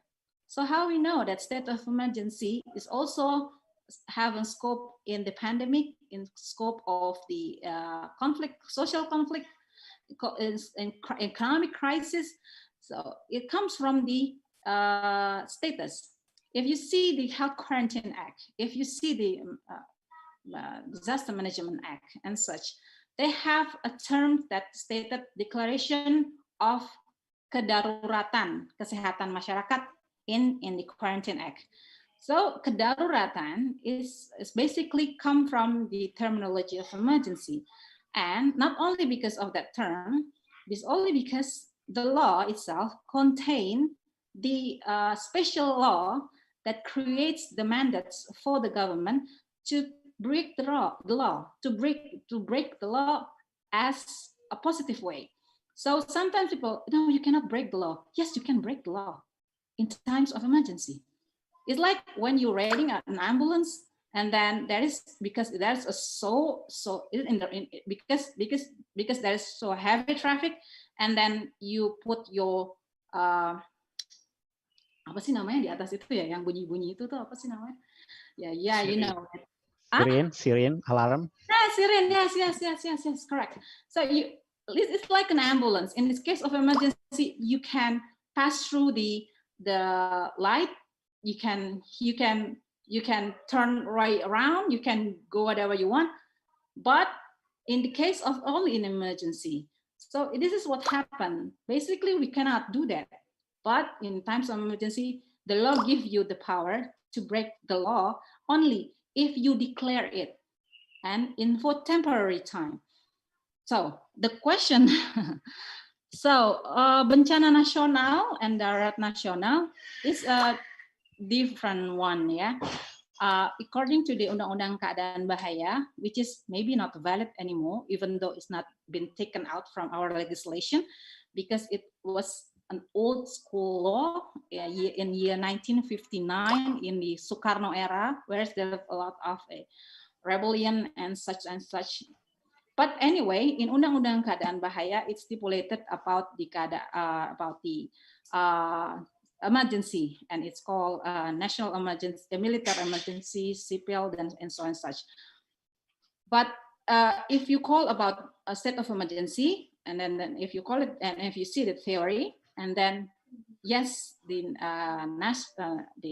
state of disaster, state of calamity, as what you stated in the initial one, is also part of state of emergency, because the development of state of emergency today is not only about the war, not only about the social conflict like in Ambon or in such an area, but also about in economic crisis, epidemic crisis, pandemic crisis, and many of crises that maybe in the past they're not well recognized as what we understand today. Okay, I hope thank you. Mbak Kurata Ayun, for you very, very good presentation. We have another one question, Pak Mul. Andika, I think we make enough for Mbak Kurata Ayun to only two question. I think because we have passing our time. Actually, our time is only until 2 o'clock, and right now we are in 2:30. And I think for the session, we finish our second session after break. Thank you for Andika for your presentation, Ibu Lita Barus, Mbak Kurata Ayun, and especially our first presenter in the session, Pak Dr. Iskandar dan Fakhru Rozi. Ladies and gentlemen, presenters and all audience and participants, I think we have to finish our session. Thanks for your great attention for the session, and thanks for you attending this session room. And time I give to the Handika to as a master of ceremony. Thank you. Thank you, Pak Mul. Thank you, Dr. Mulawarman Hanase. Ladies and gentlemen, now we are approaching the end of the parallel session. The respected session chair, presenters, and audience, we are honored to have you today. Thank you very much. I would like to remind you to the participant that you may move from one breakout room session to another. But before we leave this parallel session, we would like to ask you to turn on your camera for the group photos. My colleague Kiki will take the photo. Please turn on your camera and maybe change your view, Zoom application view to gallery view. Okay. Kiki, already? Okay. I think all presenter, all of participants, Yes, please. Turn on his video. We hope all of you can turn on your video. Okay. Okay. Ishraf.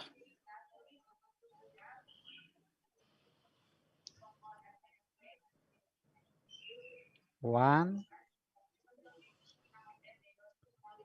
One, two, three. Another one.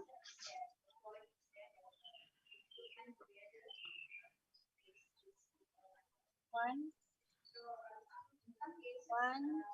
two, three. Okay, thank you. Thank you. You're Okay, welcome, Kiki. I'm Thank the chairman of Thank you. session. Apologize if there any mistake. And thank you for your attention and participation to the session. Thank you. Okay. On behalf of ICSGS UI International Conference Committee, I would like to extend my gratitude for your kind participation and support. See you on the closing ceremony of ICSGS UI International Conference ICSGS and ICSDEMS 2020. The link is available on the chat room. Thank you. Thank you. Thanks very much.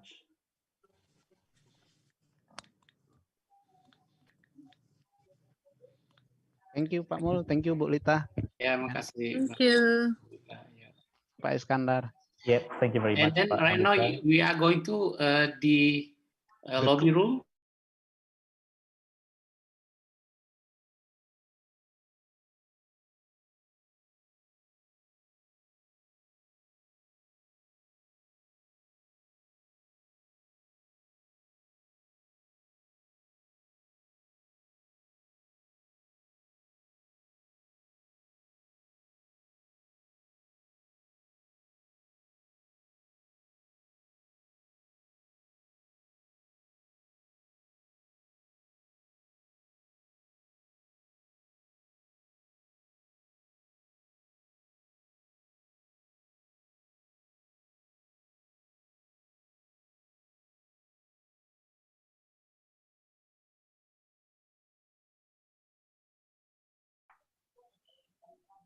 Thank you.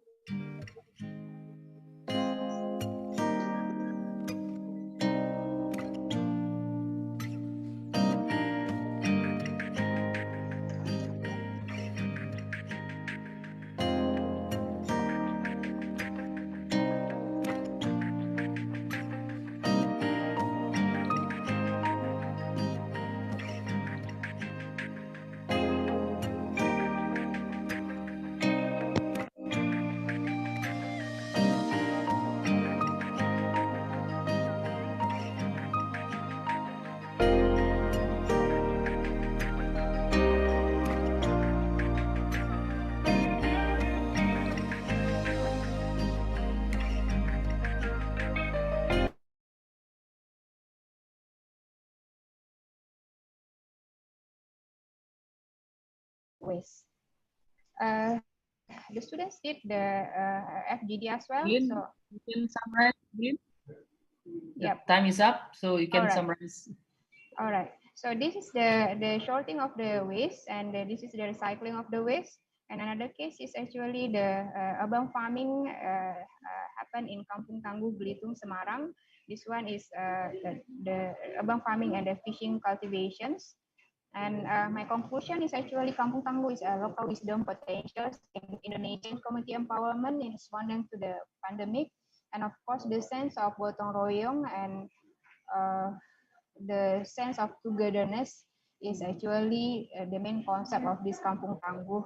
And of course, by doing so, is making the policies effective and yeah, of course, is reducing the burden among the societies in facing this crisis. So that's it. Thank you very much, Mr. Chairman.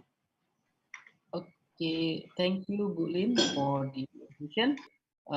Please, the participant, if you have any comment and question, please, you can send through chat box or you can use your microphone, please.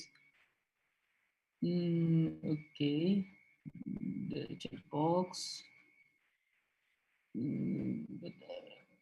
Okay, the question from Alfred.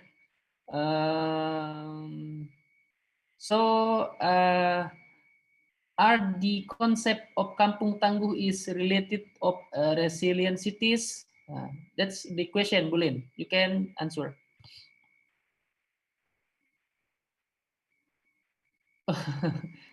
The question. Okay, thank you very much. Thank you very much, Dr. Sharoni and Mr. Alfred. Of course, it's related to the concept of resilience, resilient cities. The problem, the difference between the concept of resilience and sustainability is actually concept of sustainability is more into the environmental concerns. Of course, they are having the balance of economic, environmental, and social, but the idea of bringing up the concept of sustainability is actually try to protect the environment, while the resilience concept is more into the what we call that protect the social value and encourage the social interactions among the societies. So of course, it's very much related to that concept of resilience because Kampung Tangguh is really focusing on the what we call that, the courage of the societies, of the local wisdom. So yeah, it's not only related, but that is even the concept. Yeah. Okay. Yeah, I think there is another one question from Alfred. So the social capital is significant aspect that conduct Kampung Tangguh. The continuous question. Please, Bulin. Yeah, this Alfred Nobel is actually one of the author, is the co-author. Yeah, aspect in the Kampung Tangguh, but just bear in mind that Kampung Tangguh itself is not only for what we call that, it's not only designed for this pandemic, is before this pandemic season, it was already there. So the community empowerment, the social value, the social capital was what we call that the main essence of community empowerment. So it's not only for facing the crisis alone, but for example, like embracing, elevating the potentials of the social itself. For example, like in some area, they are having kind of like maybe religious activities. In this case, maybe they have kampung pasantren, for example. Yeah. So in this sense, the community itself is consists of the students from the pasantrens. So the essence is actually the social, the relation between one to another societies, or one to another actors within that communities. So of course, it's related to that, and with or without pandemics, it's all talking about the social value, social capital, community sense of the togetherness, community empowerment, etc., etc. That's it. Okay, Dr. Lin. Is there any question and comment from participant? Yes, please. Yeah. From me, probably Bulin. So, Kampung Tangguh, it's denote the social capital at the local level, especially in villages. Yeah, Kampung means village, and then in Kampung they have the social cohesiveness. So, is it possible to transform Kampung values to city values, Bulin? Because in Jakarta or in the big cities, they have apartment. In apartment, they don't have that kind of social capital. So, is it possible to transform these kampung values to apartment values? Please, Bulin. Yeah, thank you.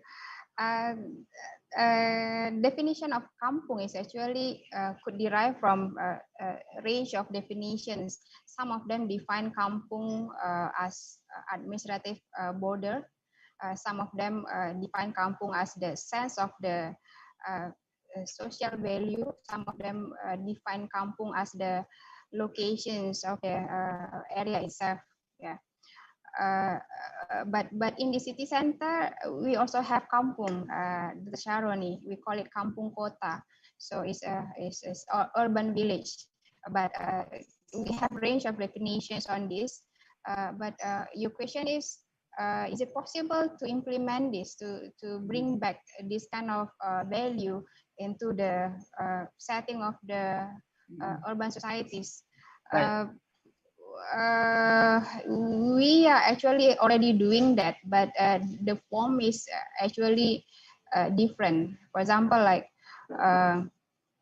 the sense of togetherness, the sense of gotong royong, actually we have it in the city neighborhood. For example, like maybe every weekend we have kind of like gotong royong itself, or some household wives, they have arisan or gathering or meeting, things like that. So all of those activities are actually encouraging the sense of togetherness itself to build up the interaction one to another. But this is actually very serious issues in the high class neighborhoods. Everybody can see that, especially for those who live in the apartment area, they are very individualist. They are very what we call that, privacy is number one. This is actually the issues in the high class housing area, while in the low class housing area, the issue is normally the social issue, like criminals, etc., etc., criminals and environmental pollutions, etc., etc. But in the high class communities, normally this is the big issue. They really put privacy first, where this is the enemy of the essence of the kampung itself, the togetherness and the gotong royong. But is it possible? Of course, it's possible. There are a lot of examples, and not only in Indonesia. Sometimes in the very high class apartment, they have one sections or one floor of the apartment. Everything is just facilities to put people together, where they put maybe the park in the apartment. They have the sport facilities in the apartment. Those are the efforts that they are trying to do to encourage the social interactions. But of course, again, those city dwellers, their culture is very individualist. They have the Indo culture. Yeah, they don't like staying outdoor. They don't like getting out from their units, their apartments. So yeah, that is the trend in the city. Okay, the next question from Brisbane Bhakti. My question is, you can also see in the chat box. My question is, in what aspect it give a positive impact for the kids, and is there any example of the specific activity related to the children in this case? Thank you. You can read clearly in the chat box, Bulin, please. Yeah, I'm trying to read the question. I think it's a very long question. I would like to ask about the point that the program give positive home activities for the home. Okay. So what is the aspect it give it positive impact for the kids? Is there any example? Okay. What I'm trying to say here is during the staying home durations for the kids, yes, they don't go out, they don't spend times playing around. They just stay home doing their study at home, and maybe most of the time they have time with their family. But what I'm trying to say here is, out of those activities, maybe study and family time, normally kids, they just play with the gadget. They just have the Indo culture in negative ways. So playing with the gadget, watching TV, and maybe sleeping, and yeah, those things are what we call that, kind of like not very positive for the kids, because they stay too long in the house. Normally, during the school time, they would be outside of the house and playing around with the friends and the teachers, etc., etc. But now everything is done in the house.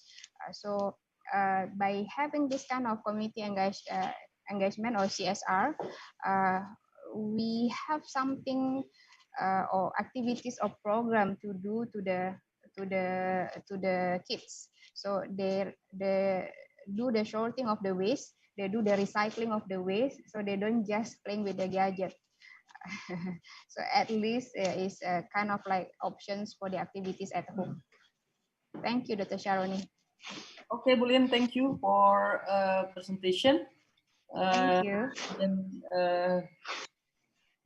we have finished with the last speaker, I think, and then because Sylvia didn't come, so we can concluded that this session is very colorful, because we already discussing international affairs, yeah, and then also the local affairs, and then yeah, the insight from speakers is very diverse, and then it's contextual with our topic, and then because of we are approaching the closing session, and then thank you for your attention and participation. I give the floor to Farid. Time is yours, Farid. Okay, thank you, Dr. Muhammad Sharoni Rofi'i. Ladies and gentlemen, now we are approaching the end of the parallel session. Before we end, I'd like to invite all of you to have a photo session. So I kindly ask all of the participants to turn on the camera.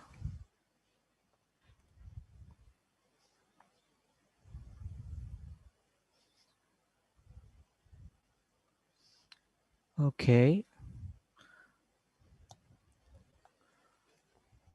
All of you could turn on the camera, and we have 2 slides here in our Zoom session, and I will take twice for the photo session, and maybe we can do it now. Okay, this is the first slide. 1, 2, 3. And next for the second slide. 1, 2, 3. Thank you. Thank you for all the participants. Also on the chat room, I have sent 2 links for attendance list and for our closing ceremony link. And for all respective session chair, presenters, and audience, we are honored to have you today. Thank you very much. On behalf of ICSGS UI International Conference Committee, I would like to extend gratitude for your kind participation and support. See you on the closing ceremony of ICSGS UI International Conference, ICSGS and ICSDEM 2020. See you. Thank you very much. Thank you very much, Farid, Dr. Sharoni. Thank you, everybody. See you in the closing ceremony. See you. Thank you all.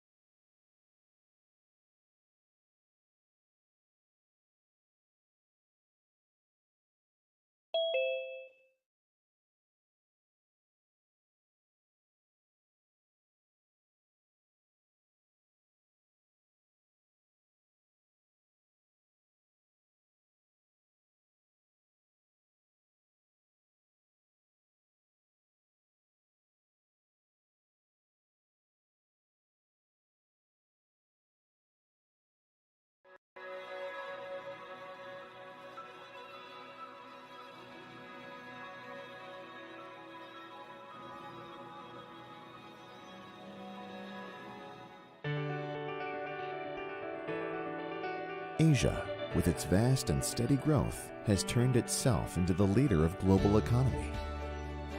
Indonesia, with its strategic position, has the chance to take the major role in this era. In order to build global partnerships and counteract the threats, strategic policies should be taken. To enhance the nation's competitive advantage, further approach through in-depth, comprehensive studies and researches are crucial.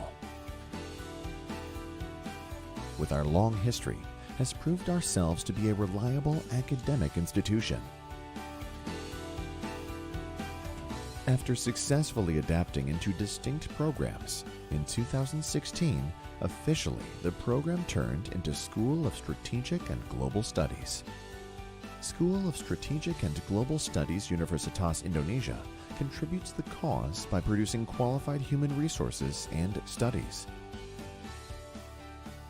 Situated in the heart of Jakarta, the School of Strategic and Global Studies provides a variety of courses on multidisciplinary and interdisciplinary studies at the master's levels. In my humble opinion, I can say that I have a good impression at the first sight. An atmosphere and ambience here support us to gain more and achieve more other than merely classes and handouts.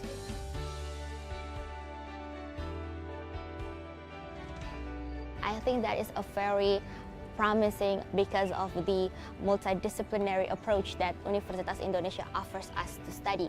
For another reason, the situation that I actually got in the classes is a lot of interesting current issues that we're talking about, so it's academically fulfilling for me. With dedicated and qualified lecturers from academic and practical background, School of Strategic and Global Studies Universitas Indonesia produce scholars and practitioners that will ready for global challenges. Together, we build the nation for a better world.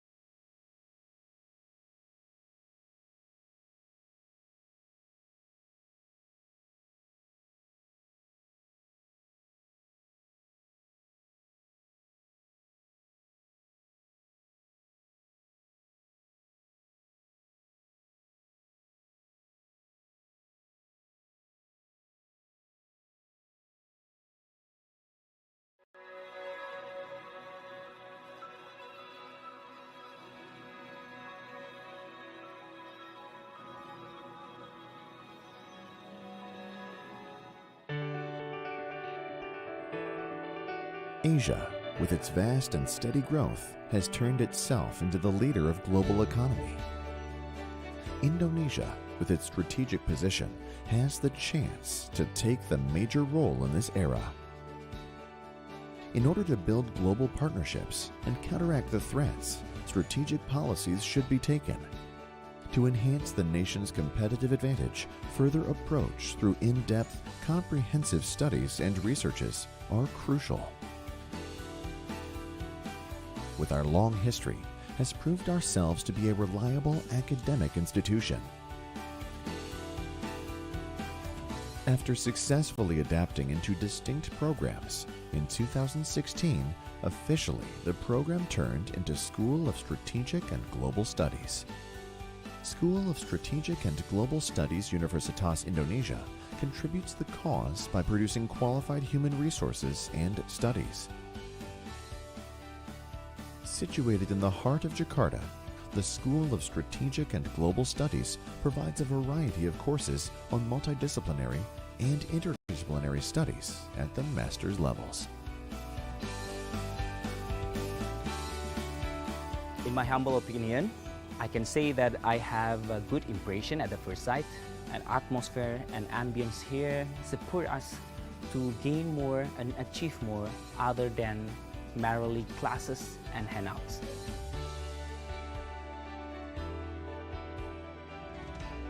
I think that is a very promising because of the multidisciplinary approach that Universitas Indonesia offers us to study. For another reason, the situation that I actually got in the classes is a lot of interesting current issues that we're talking about, so it's academically fulfilling for me. With dedicated and qualified lecturers from academic and practical background, School of Strategic and Global Studies Universitas Indonesia produce scholars and practitioners that will ready for global challenges. Together, we build the nation for a better world.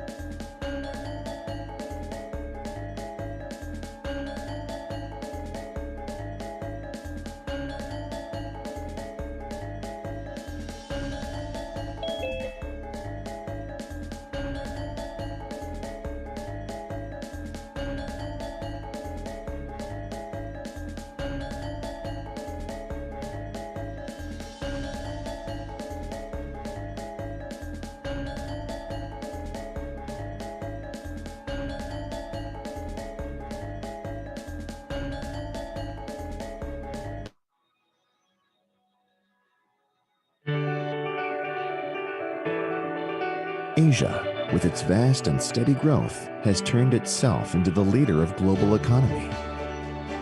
Indonesia, with its strategic position, has the chance to take the major role in this era. In order to build global partnerships and counteract the threats, strategic policies should be taken. To enhance the nation's competitive advantage, further approach through in-depth, comprehensive studies and researches are crucial. With our long history, has proved ourselves to be a reliable academic institution. After successfully adapting into distinct programs, in 2016, officially the program turned into School of Strategic and Global Studies. School of Strategic and Global Studies Universitas Indonesia contributes the cause by producing qualified human resources and studies.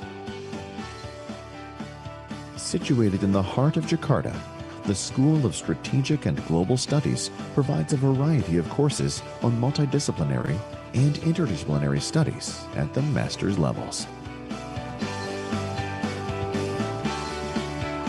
In my humble opinion, I can say that I have a good impression at the first sight. An atmosphere and ambience here support us to gain more and achieve more other than merely classes and handouts.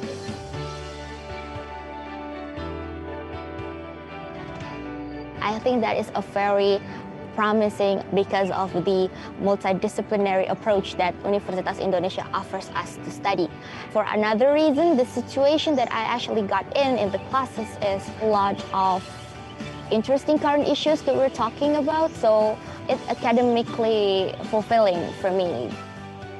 With dedicated and qualified lecturers from academic and practical background, School of Strategic and Global Studies Universitas Indonesia produce scholars and practitioners that will ready for global challenges. Together, we build the nation for a better world.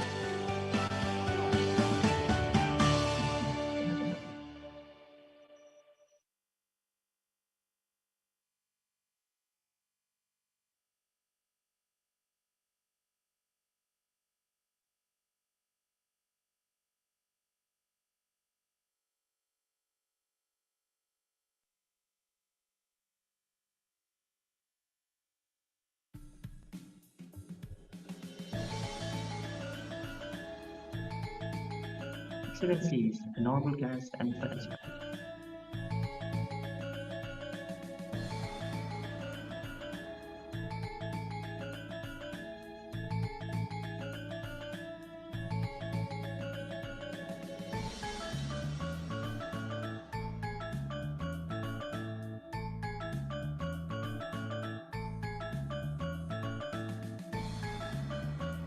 Excellencies, honorable guests, and participants, welcome to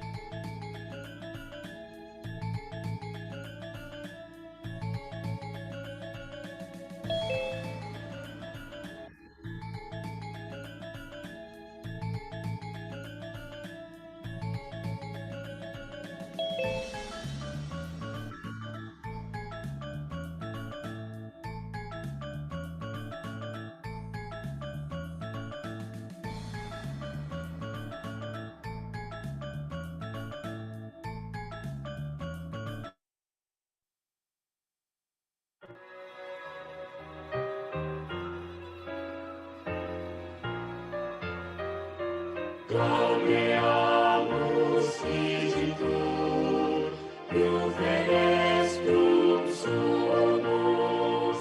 Gaudeamus igitur, Juvenes cum sumus. Pos jucundam juventutem, pos molestam senetutem, nos habebitumus, nos habebitumus.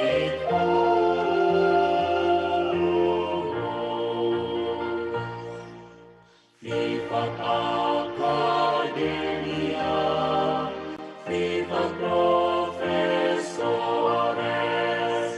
vivat Academia, vivat professores, vivat membrum prohibet, vivat membra prohibet, vivat senatores,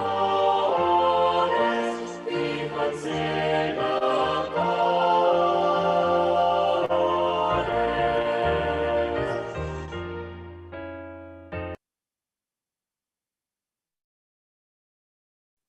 Excellencies, honorable guests, and participants, welcome to the closing ceremony of Second International Conference on Sustainable Design, Engineering, Management and Sciences ICSDEM 2020 and Fourth International Conference on Strategic and Global Studies ICSGS 2020. The annual international conferences hosted by School of Strategic and Global Studies, Universitas Indonesia. I am Dr. Jeffrey. I'll be your MC of this event today. Ladies and gentlemen, I am honored to inform that we have excellencies with us today. Bapak Otor Subroto, PhD, Director of SSGS Universitas Indonesia. Bapak Abdul Mutaali, PhD, Vice Director of SSGS Universitas Indonesia. Dr. Lin Yola, Chairman of ICSDEMS 2020 and ICSGS 2020. Dr. Sattar Imamian, Manager of Sigma Research and Consulting. And Professor Muhammad Ali, PhD, Director of Middle East and Islamic Studies, University of California, Riverside, United States of America. Ladies and gentlemen, today has marked the second day of successful organization of ICSDEM 2020 and ICSGS 2020. We hope everyone had decent experience with us. In this closing ceremony, we will have the director remarks by SSGS Director of Universitas Indonesia, a plenary speech slot, panelist session, announcement for the best paper presenters, and a partner message. Please stay tuned with us until the end of the event. Ladies and gentlemen, now, without further ado, we would like to cordially invite Bapak Otor Subroto, PhD, Director of SSGS Universitas Indonesia, for the director remarks. Please welcome.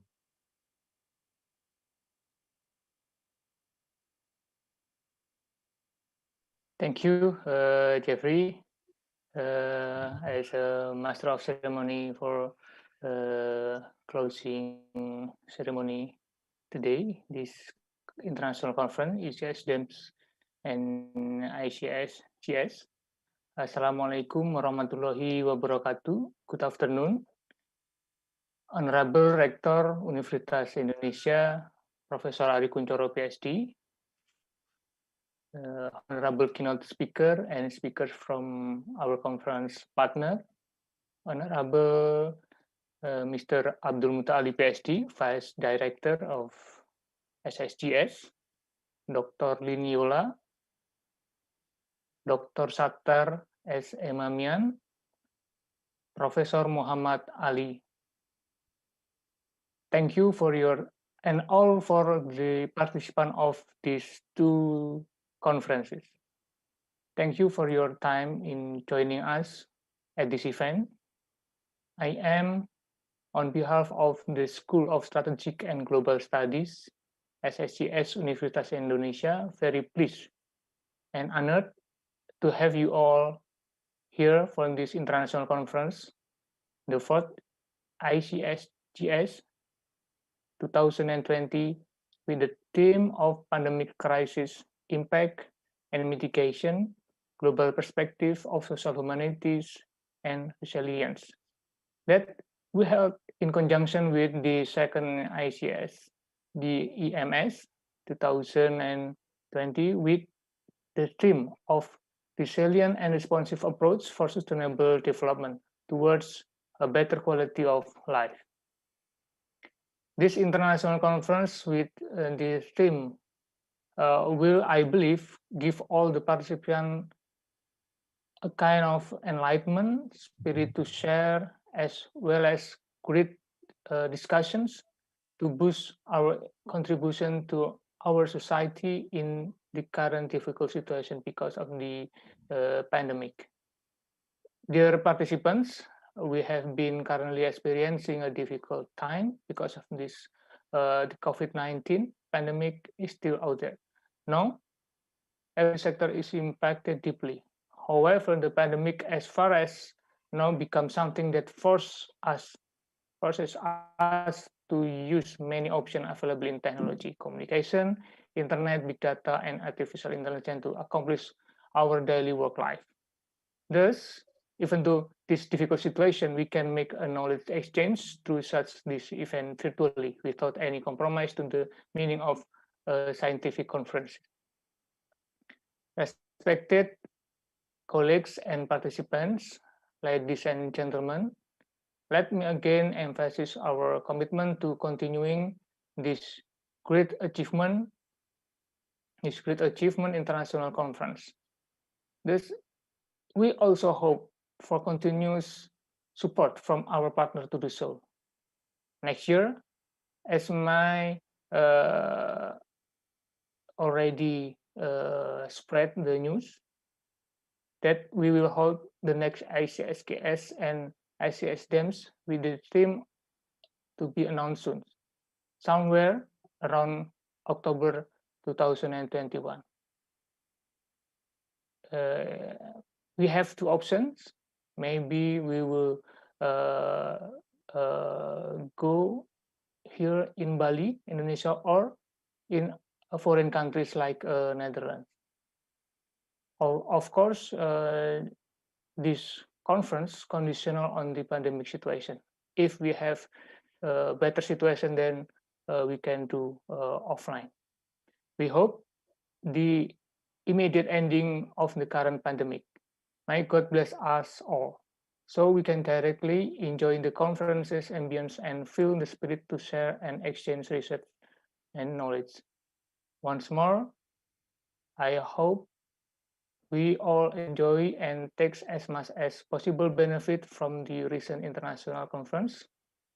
With all thanks and feeling blessed, let me announce that the fourth ICSGS 2020 and the second ICSDEMS 2020 are now finished successfully, and soon see you again next year conference.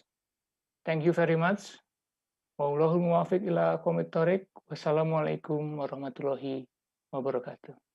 Waalaikumsalam. Thank you, Bapak Otor Subroto, PhD, for the remarkable director remarks. Ladies and gentlemen, we are very much delighted to have our final plenary speech session for ICSDEM 2020 and ICSGS 2020. I am glad to announce that for this plenary session, it will be delivered by Professor Muhammad Ali, PhD, Director of Middle East and Islamic Studies, University of California at Riverside, United States of America. Before we proceed further, let me introduce Professor Muhammad Ali, the expertise in Islam, religion, and Southeast Asian studies.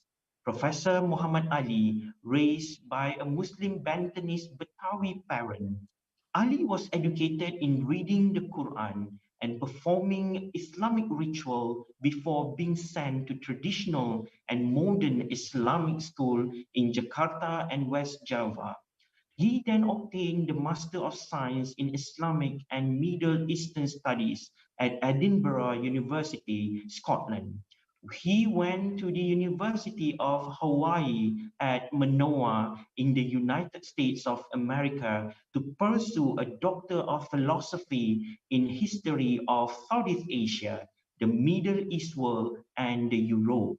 After completion, he became an assistant professor and currently a director of Middle East and Islamic Studies and an associate professor in religious studies at the University of California at Riverside. Dr. Ali is a public scholar speaker and an author of books and articles on Islam, particularly Islam in Southeast Asia, with a focus on Islam and religions in Indonesia. Ladies and gentlemen, we feel grateful to have Professor Muhammad Ali as an expert in international management and global studies to be with us today. Please welcome Professor Muhammad Ali. I pass this virtual mic to you.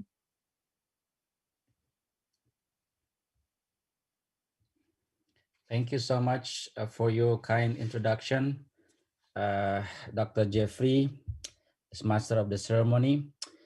I would like to thank all the steering committees for this international conference, Dr.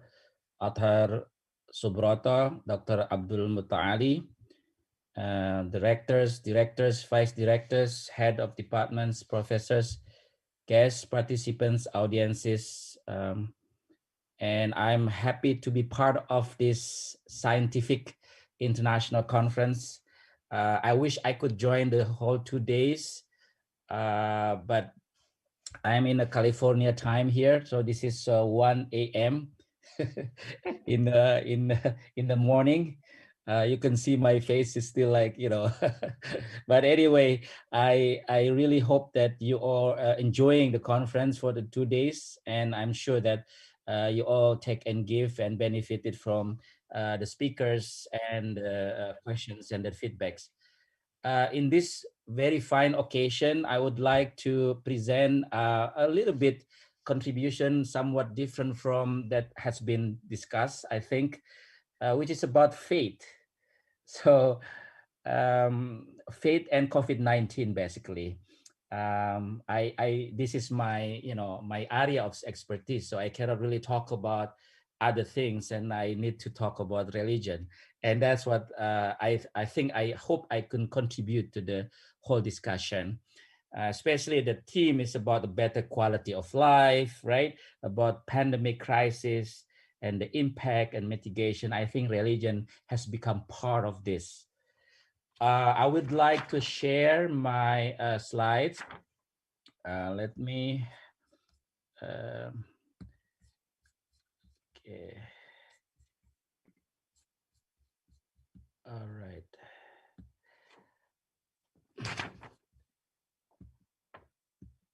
Will you able to see my slides? Yeah, very clear, Prof. Okay, thank you. You may proceed. Okay.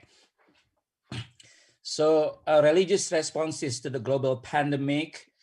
My outline for today is COVID-19 impacts on religions, and then religious responses and challenges, and some of the discussion about religions and vaccines, and final hopes that we hope.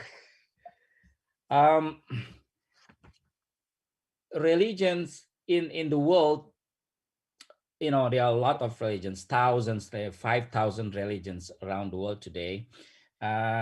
Statistically speaking, we have Christians, Muslims, and also unaffiliated, meaning those people, individuals who are not affiliated with particular religion.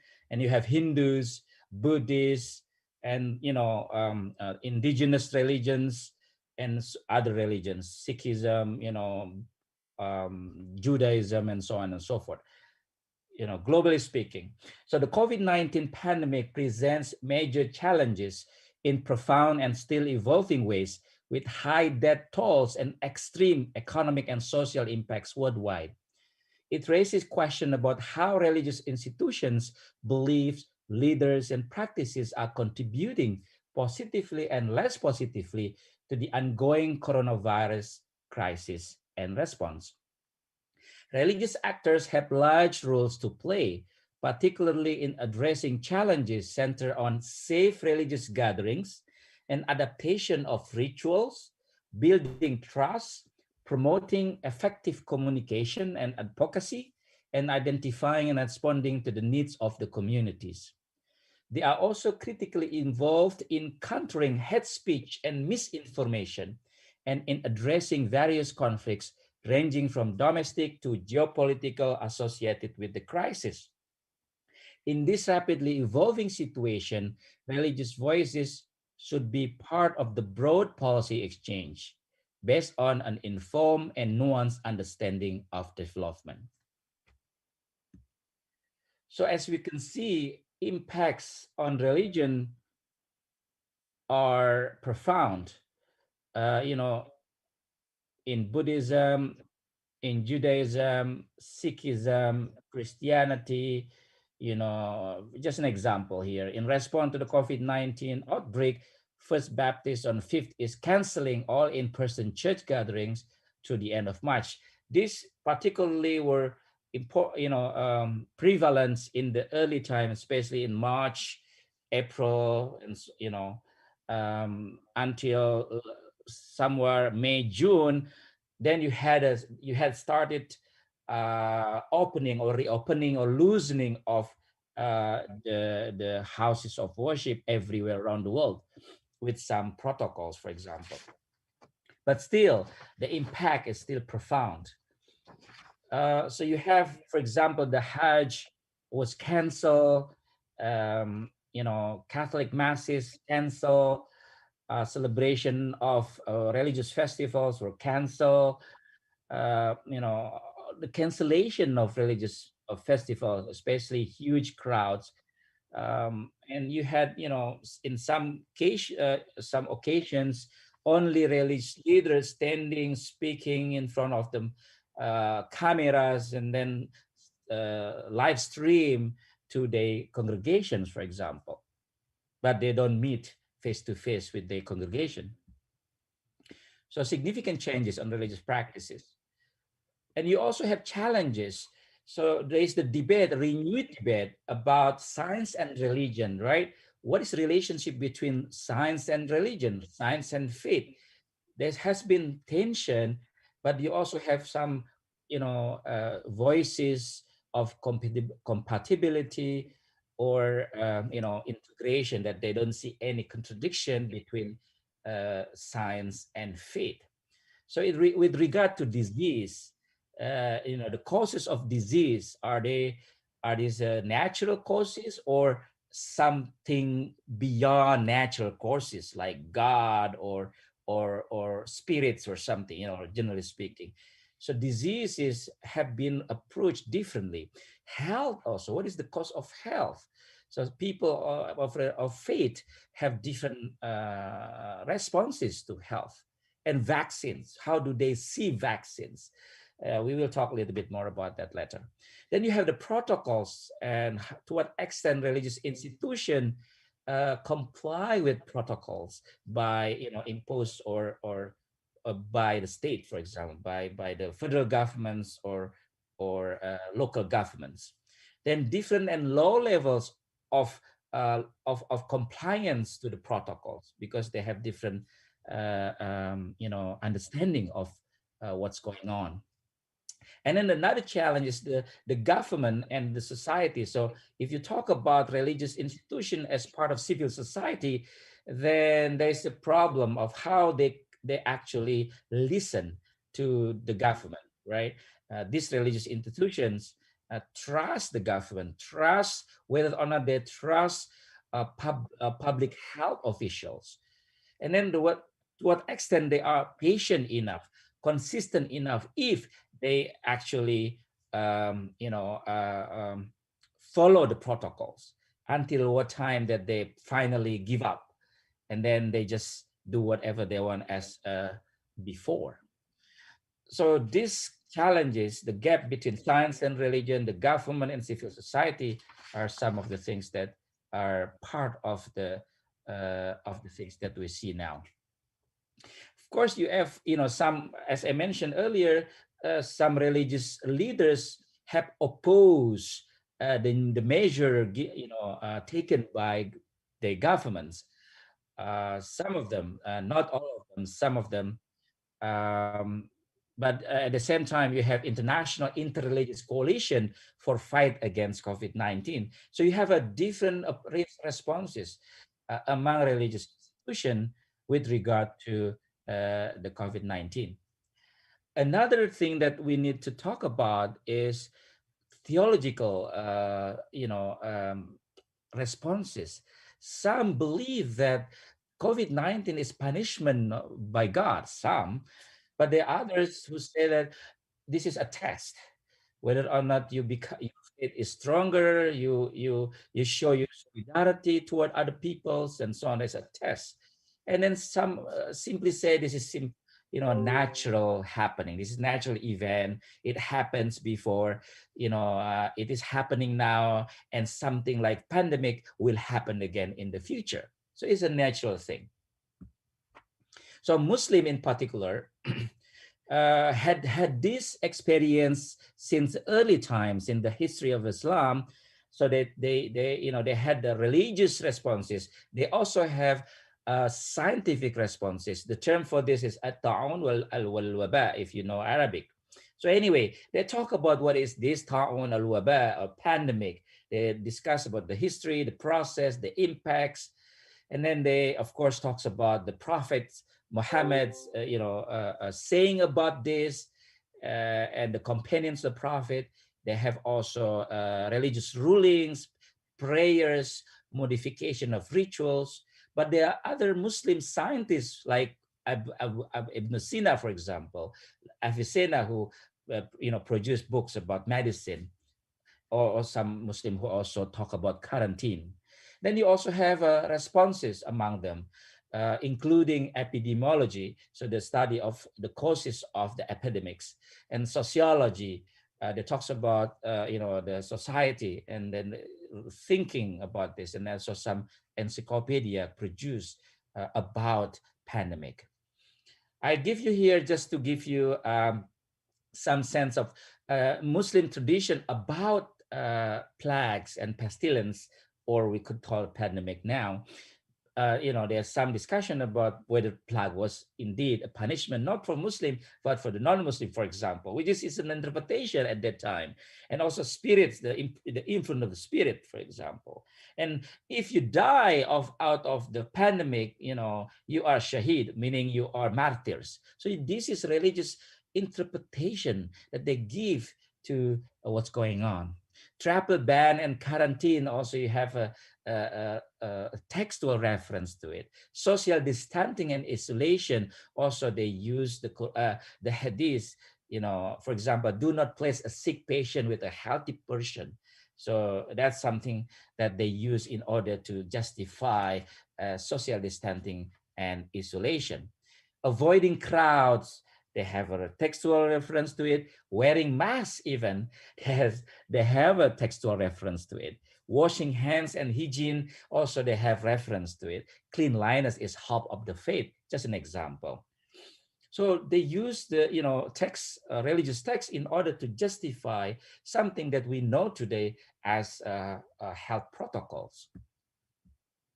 America, in particular, including Muslim who are minorities today, they simply do what the government try to do, like lockdown, shutdown of schools and offices, malls, stay home orders. Just an example, just today, California, they assume stay-home order because the case is rising. So now people have to stay home again after some openings for the last few months. And the testing is higher now. Hospital facilities are full. It's really interesting, and the impact is still going on. The command or the instruction to wear masks, social distancing, wash hand keeps repeatedly. And research of drugs is continuous, and vaccination are on the site now. But there's also a mental health problem. People are suffering because of too much time at home, for example, not doing anything outside, not meeting people, not meeting friends. It really creates some mental disorder among many people. So anyway, so this is something that is real even in America, and including Muslims. In emergency, they try to mitigate the crisis through, for example, no hugging, no kissing, no performing. I already mentioned about no performing the Hajj or the pilgrimage, no shaking hands now, even though they come to the mosque now, some places, and then there's no huge gatherings. And then you have all kind of guidelines produced by religious authorities in response to this, right? Like, the use of the toilet, use of the mosque or church or temples, shorter times, all these things, right? And then medical treatment and civil obedience. This is another thing. So to get medicine is part of religious response. It's not like us, only for non-religious people, but Muslim or religious people in general would go to doctors if they got sick, basically, and they have to obey the government. So you have also all kind of prayers now, which is interesting, right? Now all kind of prayers in Arabic and in Indonesian, in Malay, in Chinese, in Arabic, in English, and you have all these responses. Civic engagement beside rituals, more people are engaged now. And you have other responses as well among the religious institution, medical support, mental health, I mentioned about that, and spiritual support. Spiritual support given by religious institution. All these things are there now. Gatherings, remote sermons, ceremonies now are limited, constrained. A funeral are very interesting now. Because of the restriction, burials, the outbreaks really changed a lot in this domain of burial and funeral. Our relatives, our friends, we cannot really visit them now, for example. It's really profound impact. At the same time, you have calls from the religious institution and authorities to work together. This is about working together, showing solidarity. And interestingly, according to survey, some people feel that their faith becomes stronger during this crisis. Of course, there are some who don't see their faith stronger, but it is interesting, at least 24% in America itself, they feel that their faith becomes stronger. And interestingly, Google search for prayer increases from March. So now people are searching about prayer, what to do, what to pray, what to cite, what to communicate with the divine power. And this is, you see the colors, the darker green, meaning those people search prayer more. So you see Indonesia here, kind of, a lot of people, search prayer. And of course, in other places, just an example. So prayer, they need a prayer. At the same time, some religious institutions feel like their religious freedom has been restricted by the government because they cannot, open the church or mosque and so on. So they still want to keep the ritual, although of course some of them, not all of them, and some of them, okay, we can open, but with modification, with social distancing, masks, and so on and so forth. Then you have more and more online worship and services, right? Online worship and services, Zoom lectures, for example, even Zoom Friday prayers and Zoom Friday prayer and sermon. Now, the next one is about vaccines. Most religions have no prohibition against vaccination. However, some have consideration, concern, or restriction regarding vaccination in general, particular reason for vaccination, or specific vaccine ingredients. For example, there's some discussion about the material for a vaccine from vetus. Those people, religious people who believe that, you know, they are against abortion, you know, they are very concerned about vaccine, for example. But generally speaking, most religious authorities say any vaccine that is produced is a global public good. In other words, most religious institutions, you know, they accept vaccine and they are looking forward to get one. Then you have the interfaith support for the needy and the vulnerable. So one of the blessing in disguise is more humanitarian reliefs by religious institution as well as a non-religious institution for the elderly, for the sick, for the youth, for the women, for refugee and migrant communities. In Indonesia, Muhammadiyah and Nahdlatul Ulama, for example, the Islamic organizations really are very active in offering these humanitarian reliefs. And then you have also more general lessons for humanity. This is very interesting because people think that pandemic give them lessons for humanity. What we do to the earth has consequences. We cannot continue building cities and abusing resources and the climate for personal profit without expecting something to happen. As a species, we need to find a way to live in harmony with the planet and learn to be more content with what we have, as well as supporting our community members and ensuring that people are cared for and understood properly. This is one such response, you know, about humanity. Another one says to empathize with each other, to be considerate for others, to appreciate all of those who serve and work with the public, treat them well and compensate them well. Just two of the responses, you know, that this pandemic does give lessons for humanity. And optimism and hopes, people now, you know, really more humble. Because of this crisis. There's something beyond ourselves that can affect our lives more than what we think we are more capable to do. And you have more sources now on religious responses to COVID-19, some surveys, some research, if you are interested to know more about this, and maybe do some research about this more. And we are each other. Stay healthy, stay hopeful. Thank you so much for listening. Looking forward to more collaboration in the future. Thank you. All right. Thank you, Professor Muhammad Ali, for his wonderful plenary speech delivery on religious responses to global pandemic. Basically, such an eye-opening, impactful matter to all of you, to all of us.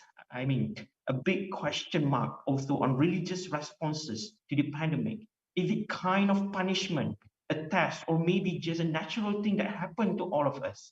Together, we meticulously think on it for reinforcing further our faith.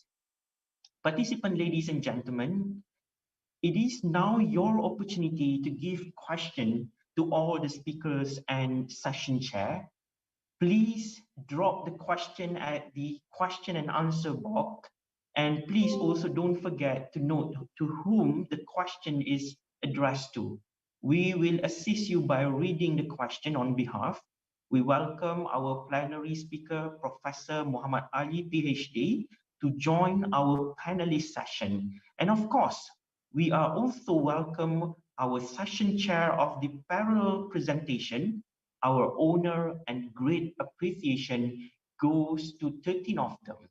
Ladies and gentlemen, we are to have 13th session chair of parallel presentation session in this ICSDEMS 2020 and ICSGS 2020. The honor and high appreciation are worth giving to them. Certainly, We look forward to working with you on better opportunities in the future.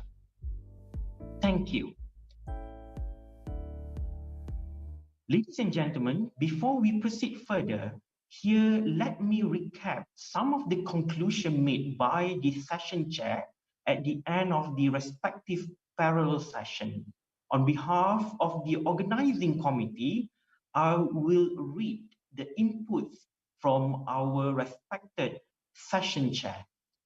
From the session A, related with urban matters theme by Komara Jaja, PhD, he concluded that the urban matters presenters has delivered important message on how our urban work. This has been evaluated from many perspectives by the presenters: spatial, social, agricultural, and transportation. These are important matters on how our urban life can do better in the future. These studies also contribute to policymakers, designers, and planners in order to create better urban scenarios.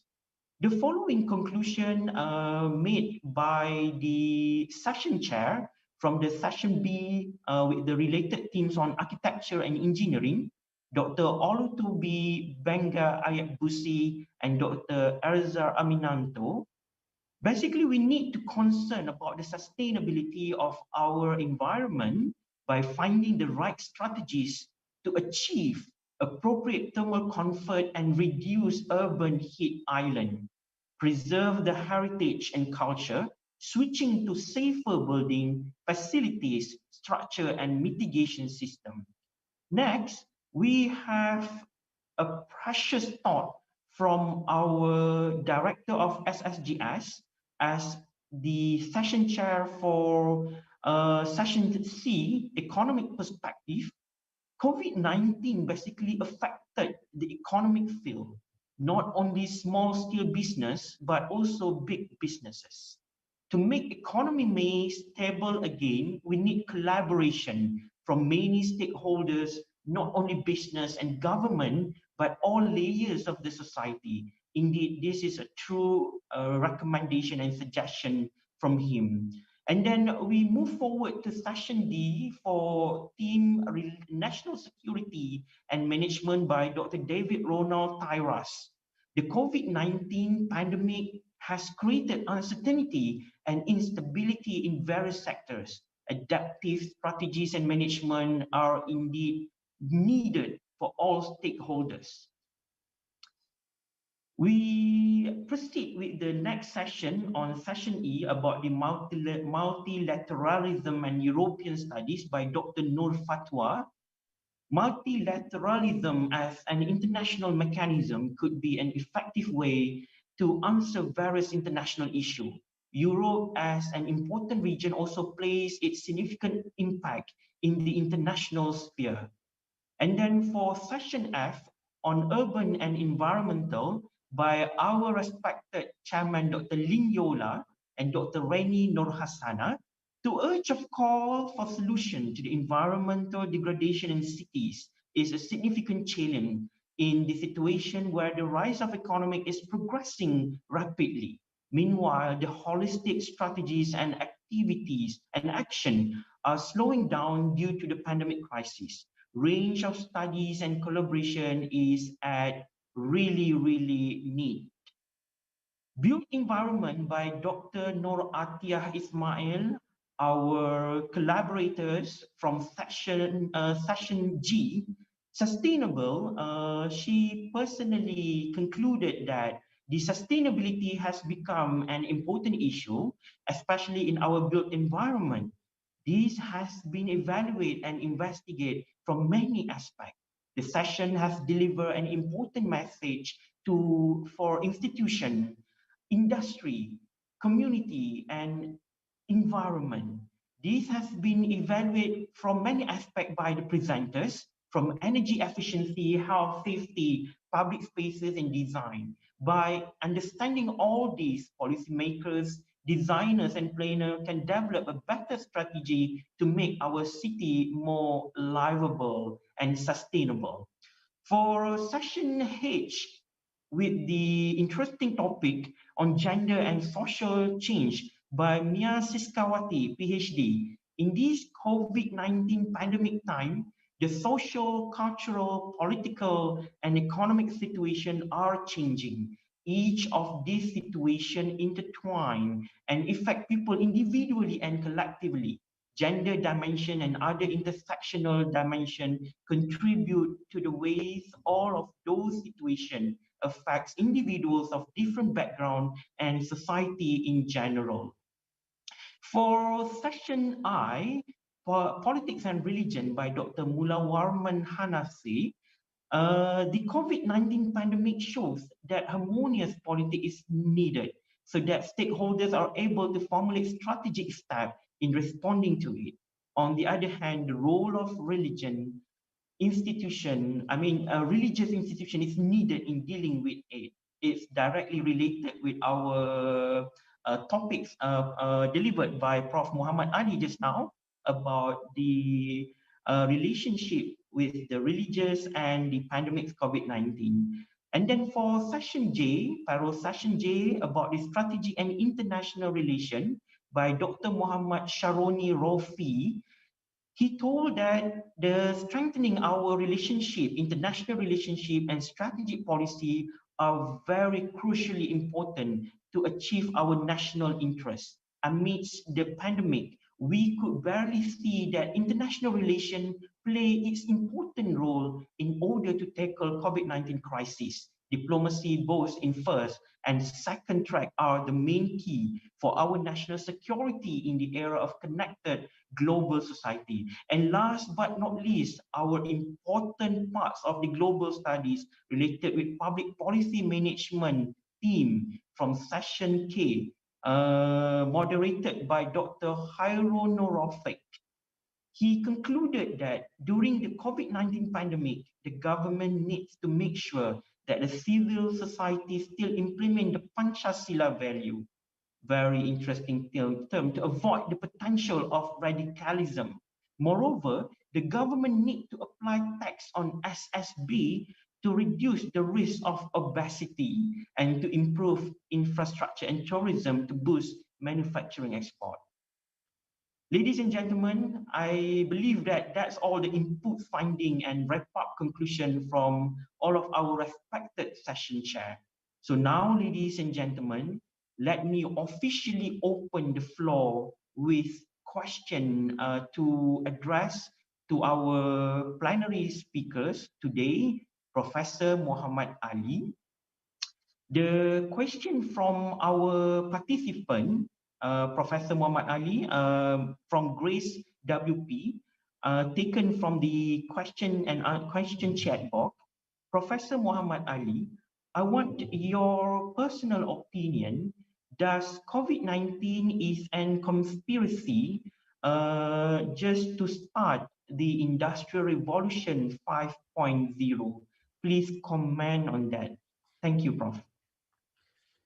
Thank you. Yeah, we heard a lot about these conspiracy theories, and of course, Bill Gates is one of the one that is, one of the victims of this, because he seems to know a lot about this beforehand, and you read this about that, and then he tried to refute the conspiracy theories, of course, and still conspiracy is still there, even though facts are facts don't really agree with the conspiracy theories. I think it is a natural disaster. It is a natural phenomenon. In other words, globally speaking, everybody has been affected by this, and I don't think it is a conspiracy. But still, as any conspiracy, you have markets for conspiracy, especially when they want to to get just easy answers to problems. It is very complex problem. It is something that you cannot really see, and that's why and it is global, and multinational companies now are dominating the world, and research companies included, So they have their reasons to believe that, but I don't think this is a conspiracy. So thank you for the question. I know I have other question here. Should I address these questions from the chat, the question, or just the one that you said? We can help you, Prof. Maybe for the next question about the pandemic, is it slowing down the radicalism or another way around? Yes, so that's a please really good question. give your advice on this, Prof. Yes, thank you so much, Mr. Jeffrey. Yes, I as far as I know, for example, ISIS or Daesh in Iraq and Syria, they see that this pandemic is like Dukhon in 40 days. Dukhon is, it's apocalyptic thing. They believe in the apocalypse thing, and it is punishment for disbelievers, right? Some of this old idea about pandemic being a punishment. And interestingly, pandemic really reduce the activity. In fact, they stay home basically, most of them, and they stay home, and then they try to do health protocols, wearing masks, and so on. However, there's some local extremisms, like in Indonesia, in South Sulawesi, in Sigi, for example. Just a very recent example of how these terror cells are still alive even within the pandemic, killing some people there, and it is charged by this local extremist group in Indonesia. Just an example, but generally speaking, there is some diminution or reduction of activities during this pandemic, rather than making them more aggressive. All right. Okay, Prof. Thank you. We will get back to you later, Prof. So I will proceed with the next question dedicated to Dr. Olutobi Benga Ayatbusi. So Dr. Olutobi, all right, Dr. Olutobi Benga Ayatbusi. This question is dedicated to Dr. Khairul Nurofik. As you mentioned in your presentation that local government accountability has a positive impact and significant on the HDI. So as we all know, we are approaching the end of the year and also the end of the fiscal cycle. During this time, ministries are known to try and spend the entirety of their budget through projects given to the community. However, not all of the budget they spend is effectively used and targeted towards the correct community. How we can fix this? Dr. Khairul Nurofik, I pass this mic to you. Thank you. So Dr. Khairul Nurofik is the moderator for the session K for the public policy management from Universitas Indonesia. Please welcome. Sorry, I didn't hear. The question is basically about the during this time, ministries are known to try and spend the entirety of their budget through project given to the community. And then, however, the budget they spend is effectively used and targeted towards the correct community. Not all the budget, how can we fix this situation? I think maybe on the misspending issues, something related with that. Doctor, please comment on that, I think. Yeah, I think Indonesian government mostly they try to do their best to allocate the budget properly, and also to keep maintaining that the society still have ability to survive in this very hard time. So that's why the problem is how to we together make sure that every program that government has been initiated can be properly targeted into the society. Okay. So into the budget, I think government already very serious to help the people overcome this problem. Thank you. All right. Thank you, Dr. Karunur Rafiq. Excellent insight on that.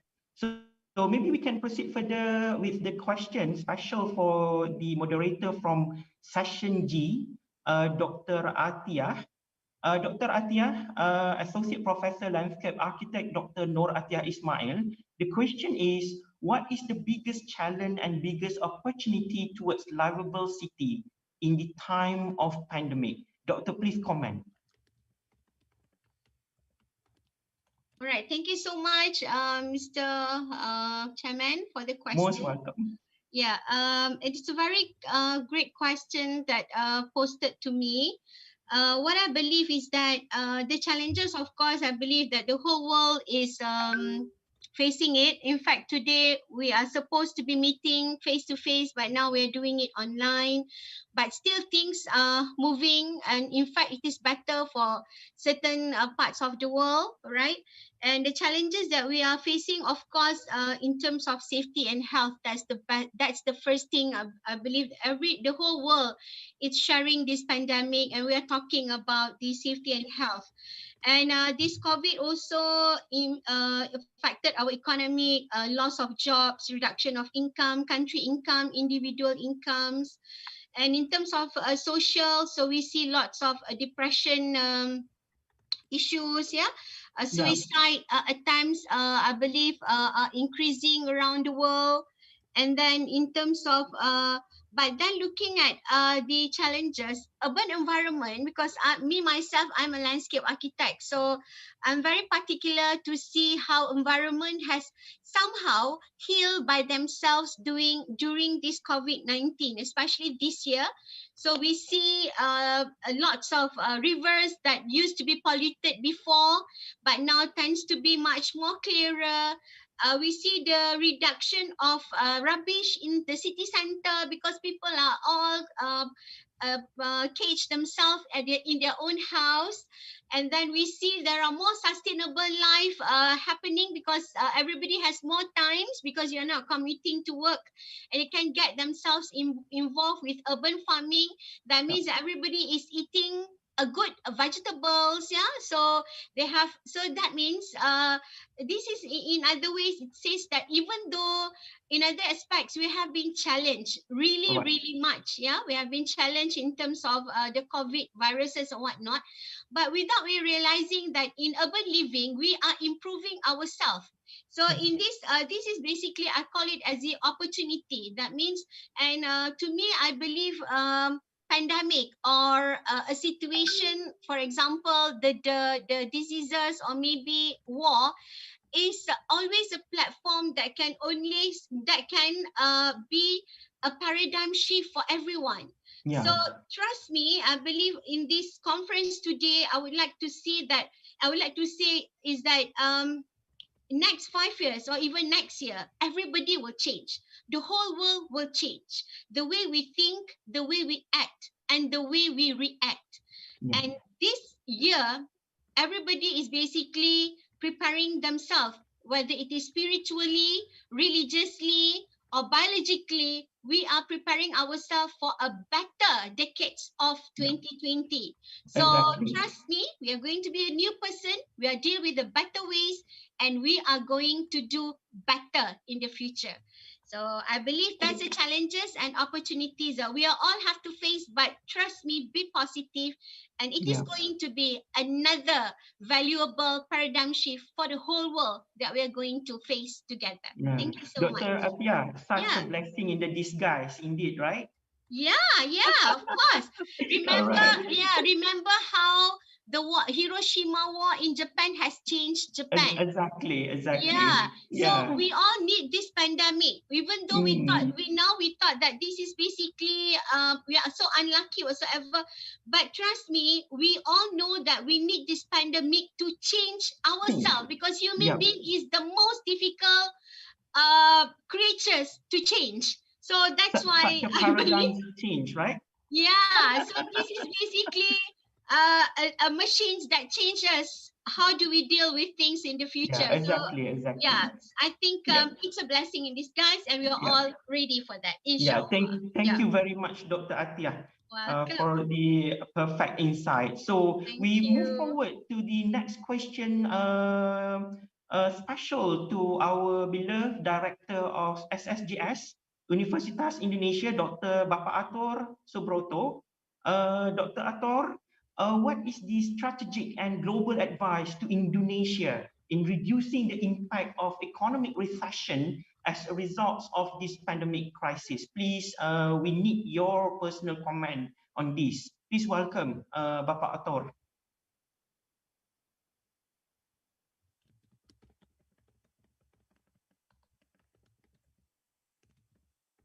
Do we have Bapak Ator Subroto together with us now? Maybe we can move to the next one. Yeah, maybe we can move to the, maybe we can get back to, I mean, Prof. Muhammad Ali.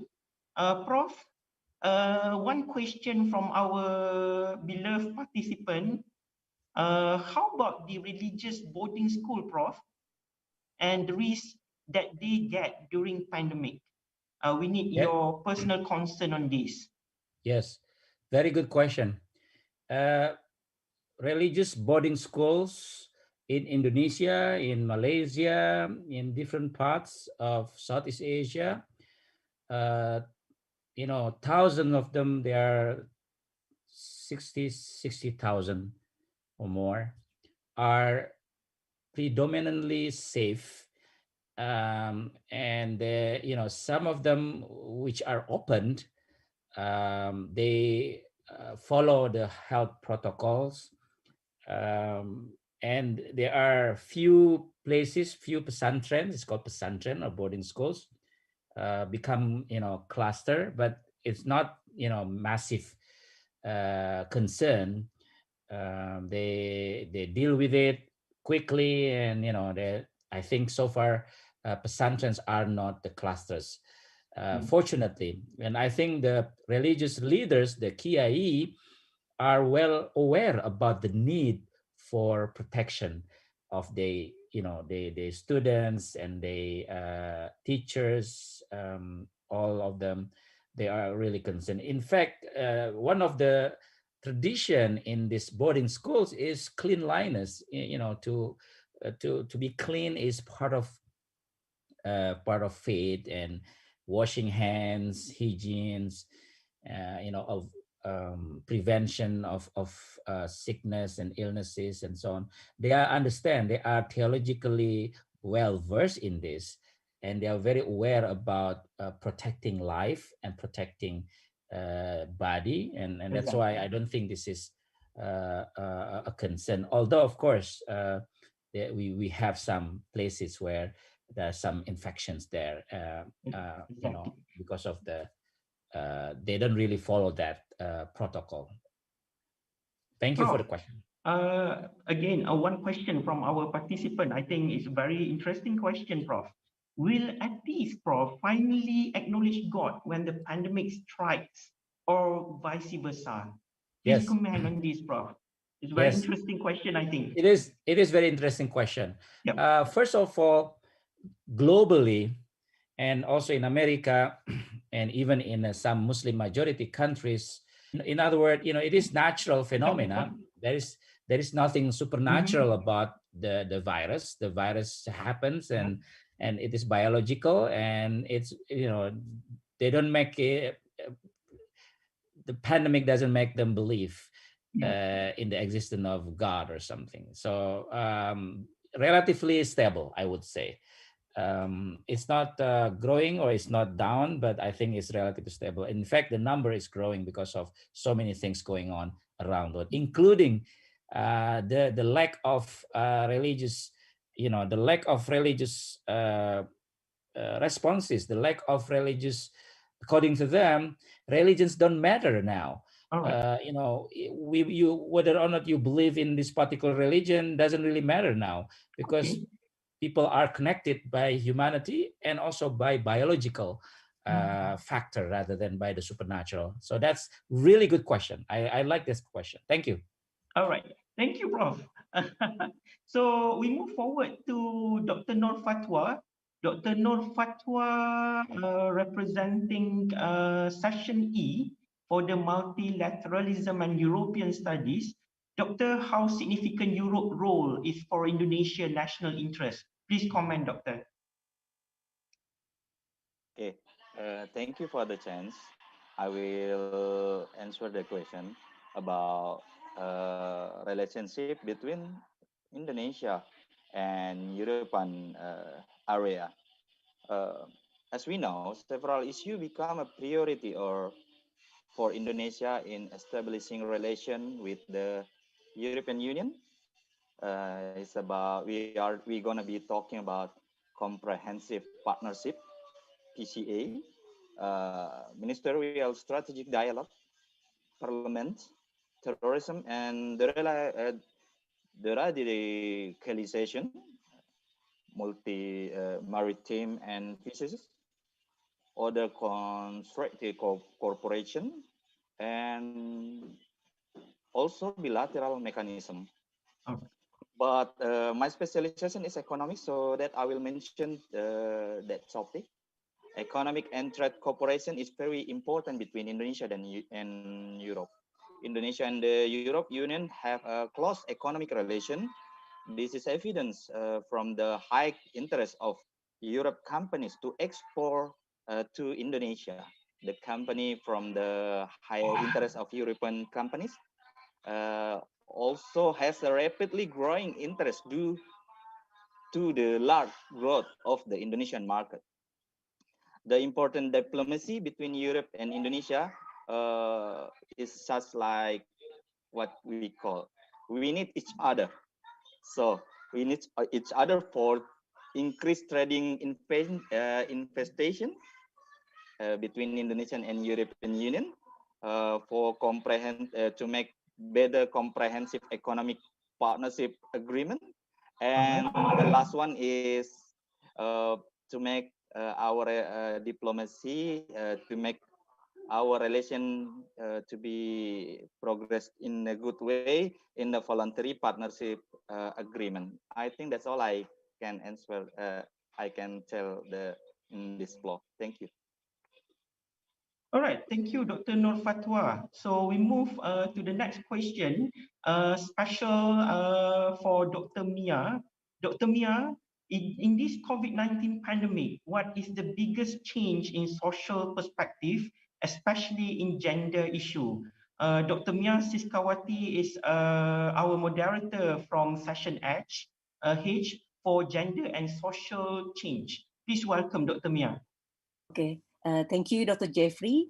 So I'm recording that there are at least four biggest social change with the gender perspective, and I'd like to emphasize that in seeing the gender issues, we also need to also include the intersectionality because it's not only gender but also other social factors like age, social class, and then also ethnicity, religion, and etc. So the first is the economic effect for working with men and working women who lost the jobs or whose economic activities decline. And there are different effects for working men and working women, especially those coming from the middle to lower social class. For the working man, which is very hard because gender construction always put men as the breadwinner, and losing the jobs make also create internal problems as well as social problems. So there has been reported in Indonesia increasing domestic violence, and this might be linked to the pressures for the men who lost the job. And for the working women who are head of the household, this is also very difficult when they lost their jobs or having economic activities lost. Another second one is the increased multiple burden for working women because of the pandemic. So school closed, so they also have to take care of the children by accompanying them doing online learning or online schooling, while themselves also have to do their work offline, or if they have small business, they also have to take care of their business. The third one is women who are having reproductive function, like pregnant women.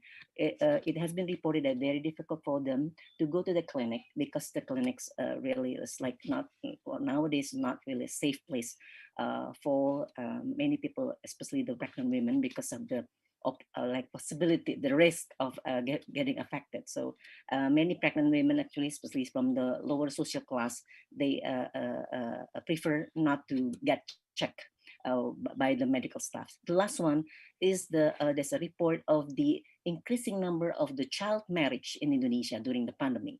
This is especially happened to young women of certain social groups, especially again the lower social class. So the tradition that has been really like being part of the debates in Indonesia, including policy debate, is now in the pandemic is increasing. So that's the biggest issues if we see it from the perspective, gender perspective, and also intersectionality perspective. Thank you, Dr. Jeffrey. All right. Thank you, Dr. Mia, for such a great opinion on gender issues. Next question we dedicate to Bapak Ator Subroto, our Director of ICSGS, Universitas Indonesia. Bapak Ator, what is the strategic and global advice to Indonesia in reducing the impact of economic recession as a result of this pandemic crisis? Please, Bapak Ator. Yeah, thank you. That is a very good question, I think, and very current, because recently Indonesia indeed entering a kind of recession, because we have growth negatively consecutively 2 periods more than. So what our government done from the beginning from the pandemic, I think, is based on my opinion, it's already on the track. But the important thing is that we can do, I think, still how to support our most impacted sector, like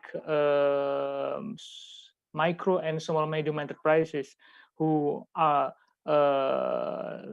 still being the backbone of our economy. That is the most strategic thing that our government should undertake, I think, to minimize the impact of economy, and to continue also to support our what kind of social activity, so, and economic, so the consumers still confidence to consume and to buy products, exclusively product coming from internal Indonesia, so internally from Indonesia, so domestic product. I think that's how we can ensure that we have a very minimum impact from this pandemic. That's all. Thank you. Thank you, Bapak Ator, for your nice opinion on the economic recession impact from the pandemic COVID-19. So we move forward to our politics and religion for session I. Question dedicated to Pak Mula Warman Hanase. What are the role can religious institution play in dealing with the COVID-19 pandemic? Pak Mula Warman, please welcome. Okay, thank you for the question. Regarding the politics and religion, I think politics has a big role in increasing or reducing the impact of pandemic in this time. For example, I would like to highlight the political development of Indonesia today. For example, today some region in Indonesia had a regional election, and there are many candidates competing to get successful in this regional election. And what is the perspective of political impact from this phenomena? For example, politicians actually have a big role in increasing or reducing the impact of pandemic to the society.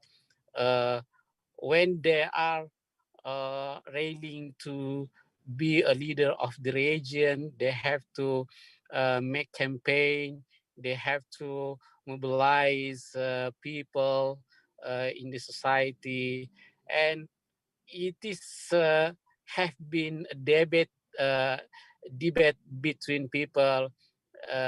Do this event cancelled or uh, society enjoying this competition, and it is I think one kind of the how politician role in increasing or reducing the impact of pandemic from the perspective of politics. And the second, in the perspective of religion, and this is the big question also for religious leader in Indonesia. I would like also to highlight the current phenomenal issue in Indonesia about mobilization of religious people in Indonesia by the religious leader in Jakarta, for example, and it has also been a big debate between people, and until today, has been a big issue to the country, and government today, national security facing a big problem to overcome this issue. And of course, it is have a big impact to the pandemic eradication in the country. I think it is the two issue that I can answer for the question. Thank you. Thank you, Pak Mula Warman, for the concern about the question. Maybe we can move to the last question, I believe, for Dr. Sharoni. Dr. Sharoni, has Indonesia taken its decisive and strategic role in international relations, especially during this pandemic era? Please welcome Dr. Sharoni.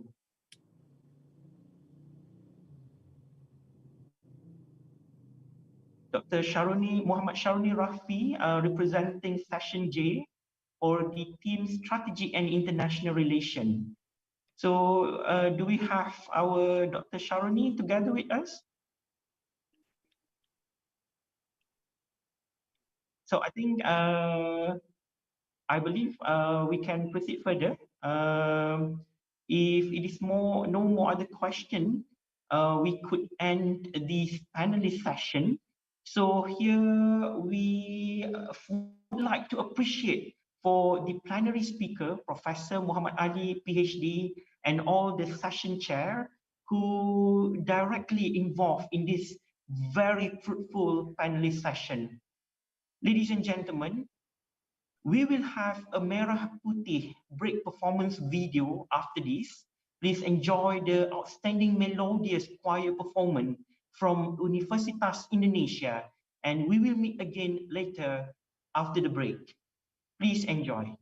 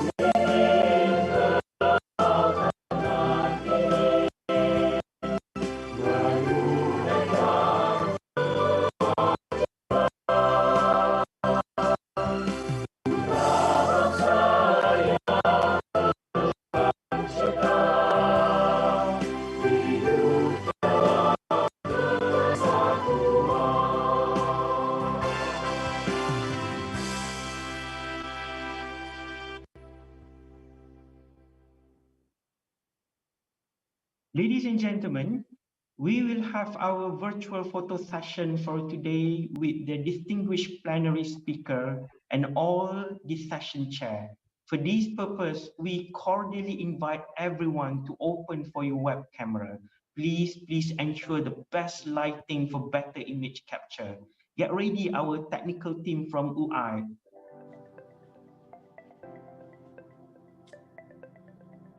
Can we start? So attention to everyone. Please get prepared. In the count of 3, with the most gorgeous smile you can offer. 1, 2, and 3. Another best snapshot. One more time. In the count of 3. 1, 2, and 3. So thank you, Professor Muhammad Ali, PhD, and all the session chair and participants in the audience for this virtual photo session. Ladies and gentlemen, now we will proceed to the next agenda of closing ceremony for the announcement of Best Paper Presentation Award. To deliver the Best Paper Presenters Award, I am very much cordially inviting Bapak Abdul Muta'ali, PhD, our Vice Director, School of Strategic and Global Studies, ICSGS, Universitas Indonesia. Please welcome. Thank you, Jeffrey. Honorable distinguished speakers, participants, and our directors, Professor Muhammad Ali, and other speakers. I will announce the Best Presentation Award. Best Presentation Season A, Urban Matters.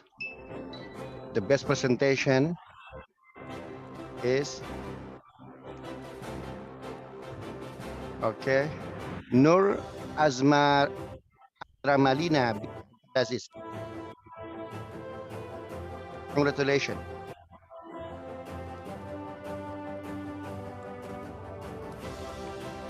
And the Season B, Sustainable Architecture and Engineering. Best presentation. Yulianto Solistio Nugroho. Okay, congratulations.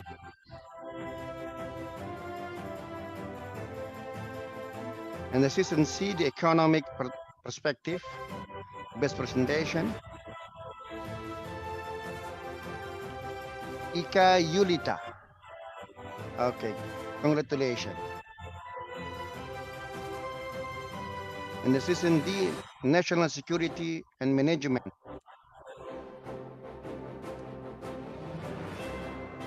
Ayub Dwi Pranata Yunus. Okay, congratulations. Season E, Multilateralism and European Studies, Best Presentation. Auzan Sadiq. Okay, congratulations. Season F, Urban and Environmental Consent. Best Presentation, Hendi Warlika Sedo Putra. Congratulations.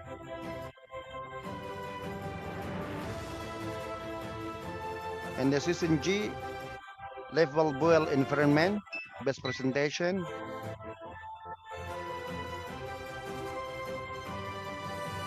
Rini Kurniawati.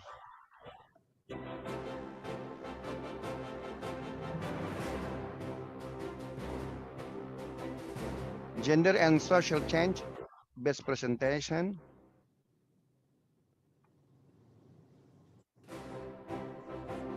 Ami Marda Tillah. Congratulations.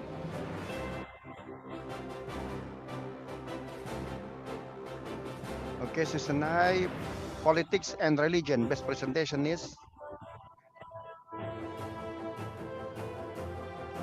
Zora Sukabdi. Congratulations.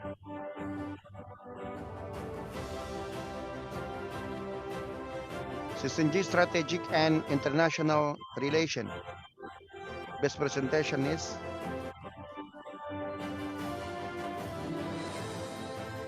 Rizky Aurelia Putri Dehars. Thank you. Thank you, Bapak Abdul Muta'ali, PhD, for the Best Paper Presentation Award announcement. Ladies and gentlemen, the selection of Best Presenter is made based on careful and fair judging criteria. Many congratulations again to all the winners. Ladies and gentlemen, our next agenda will be a partner message by Sigma Research and Consulting Services Sdn Bhd. For this purpose, I am cordially inviting Dr. Sattar Imamian as representative from Sigma Research and Consulting to coordinate. Please welcome Dr. Sattar Imamian, live stream from the Netherlands.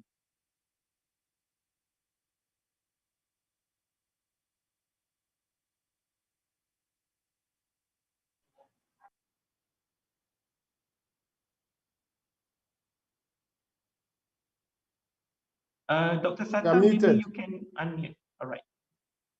Maybe you can unmute the mic, Doctor.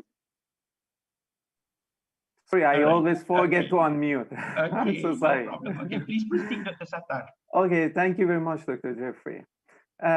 On behalf of all directors and staffs of Sigma Research and Consulting in Malaysia and Netherlands sections, I would like to express my deepest gratitude to Rector of Universitas Indonesia, Director, Vice Director, Chairman of Conference, staff and students of the School of Strategic and Global Studies for making this conference successful. I would also want to send my appreciation to all speakers, session chairs, reviewers, technical committee members, co-hosts, admin of session, IT staffs, and all others whose efforts made this event successful. It is very important that a university open the doors to collaborate with private sections. It is very important. Always, qualities will come when you have a reliable and high quality collaboration. We in Sigma Research have a vision to become a leader in academic and industry consultant. In order to reach to our vision, we are going to bridge the gap between academia and industry with the top quality services. Our aim is to nurture creativity and innovativeness in educational activities. To reach to our missions, SRC Group Netherlands section started a new project. We developed a very specific social media in order to connect industry and academia as convenient as possible. In near future, you will hear more about it. Now, let me give you an overview of the situation we are all in. As I was reviewing the articles, actually, I noticed that many topics tend to the pandemic condition and coronavirus. It indicates that we are in a critical condition that maybe happen every 100 years. The important point is that the occurrence of a problem may affect all the people of the earth. This shows that the unity of the people, regardless of their religious or political matters, is the only way to deal with the global crisis. Today, people of the earth should request peace from all politicians who make rules on behalf of them. I believe this unity will assist mankind to overcome to any crisis. Now I would like to give a brief about the publications and procedures. I think all participants are waiting to hear about it. For the ICSDEMS 2020, we have two publications. One, Civil Engineering and Architecture, which will be published by Horizon Publication. It will be indexed in Scopus and it is Q3. So we will select papers for this journal based on qualities and scope of the publisher. And publisher need to review papers again, and maybe they will give a new comments in order to improve the qualities. And sometimes they may reject papers. So we will proceed in case of rejection with our next option. Our second publication for this conference is lecture notes in civil engineering, which is a book series and published by Springer Nature and indexed in Scopus. So for the lecture note in civil engineering, let me tell you something. We have two things for the lecture notes. If publication being in series of lecture notes on civil engineering, or they published by Springer. In case we publish in series of lecture notes, for 100% they will index in Scopus. So no worry for the Scopus of actually this series of the ICSDEMS. And we will email you the template and publishing agreement maybe by next 2 weeks. Please return your paper with the signed agreements before the deadline that you will mention in that we will mention in the email. And keep noted, delay on submission will affect the publication process and may take so long to be published. For the ICSGS 2020, we have 3 publications. One, Food and Journal of Humanities and Social Science, which is indexed in Scopus and even ISI, and it is Q3. We will select papers again based on the quality, and we will communicate with the journal because they are waiting to see the papers, and maybe they will give very major comments to improve the qualities before the publication. Second option is Universal Journal of Educational Research, which is indexed in Scopus also, and it is a journal. And third one is Advances in Social Science, Education, and Humanities Research, which is a proceeding and indexed in Web of Science. This proceeding is not indexed in Scopus at the moment, but in near future, based on our discussion with the editor, they will be indexed in Scopus. And since they are in Scopus, all the previous papers automatically will be indexed in Scopus. I emphasize again that selections are based on quality of your paper and scope of the publisher. Our technical committee will evaluate papers from today and select the most suitable papers for each publication. You will receive an email in next 2 weeks. At the end, I would like to give you something related to the publications. Learning how to write a scientific paper and how to publish it is very important. I can see improvements when I compare with last year, but we are still having a long journey to reach a very high quality level. There are some important points that can improve our manuscripts. One, have a novel idea. It means that your idea should be scientific enough and applicable. Two, using a good methodology. You should know your methodology is qualitative or quantitative. And you need to know about every tools that you want to do your research. You should have a good discussion for your methods. Without a proper discussion, you cannot have a good paper. You must conclude your research in a very good shape. Reader should understand it easily. The flow of your paper should be like as a story. Readers should be attracted to continue reading to the end. And you need to cite to most recent works related to your topic and should select among those who publish in high reputable publishers. You know that outcome of university as a science factory is its publication. University of Indonesia has its potential to be one of the leaders in writing high quality papers and books. I believe with a series of workshops from now, we may improve quality of the publications. At the end, I would also want to send my appreciation to all participants and audience for the supports that without them, we cannot have a such successful event. Thank you very much and have a good day to all of you. Thank you, Dr. Sattar Imamian, for the important message on publication and post ICSDEMS 2020 and ICSGS 2020 conference event. Ladies and gentlemen, before we adjourn for ICSDEMS 2020 and ICSGS 2020, we would like to perform the upcoming event announcement. Ladies and gentlemen, ICSDEMS 2020 and ICSGS 2020 would like to announce that for the upcoming event, International Conference, Third International Conference on Sustainable Design, Engineering, Management and Sciences ICSDEMS 2021, Fifth International Conference on Strategic and Global Studies ICSGS 2021 will be held in this upcoming October 2021.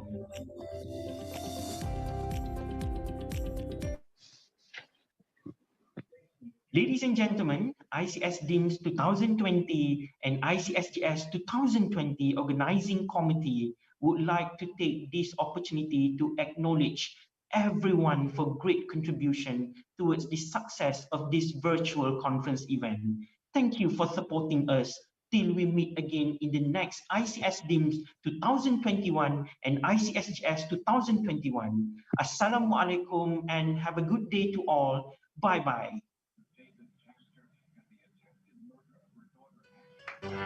Thank you, Dr. Jeffrey. Thank you, everybody. Thank you, Dr. Sattar. Thank you. Thank you, Jeffrey. Our collaboration, inshallah. Thank you very much. Thank you, Dr. Sattar. Thank you. Prof. Thank you. Ali, thank you. Thank you, Prof. Muhammad Ali. Thank you, Prof. Ali. Thank you so much. You're welcome. Thank you. Thank you for everyone. Thank you. You're most welcome.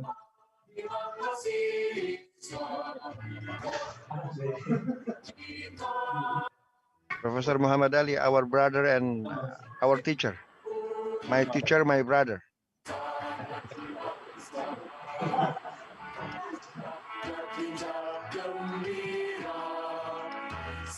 Thank you, Mr. Director, Mr. Vice Director, Dr. Sattar, all the speakers. Thank you very much, Dr. See you Thank next you. year. Dr. Sattar, see you next year. See you next year for sure. See you next year. Hopefully next year we can meet each other physically, not through In the Netherlands. virtual. Yeah, hopefully in Netherlands for sure. Yes. Congratulations, everyone. We will support you very much. Thank you. Thank you, Dr. Atia. Dr. Atia. Thank you, Dr. Atia. Welcome. Habis belum? Good day, everybody. Thank you. Have a good day. Thank you. Bye-bye. Thank you, Dr. Sattar. Thank you. Bye-bye. To everyone. Bye-bye. Thank you. Thank you. Prof. Muhammad, thank you very much for your fruitful presentation. I really like it. Thank you very much.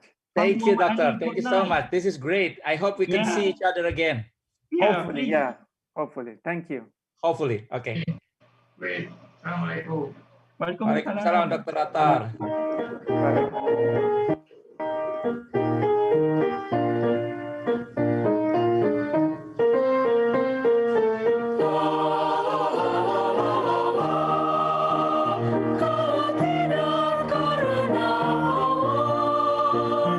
Jiwa manis Indonesia.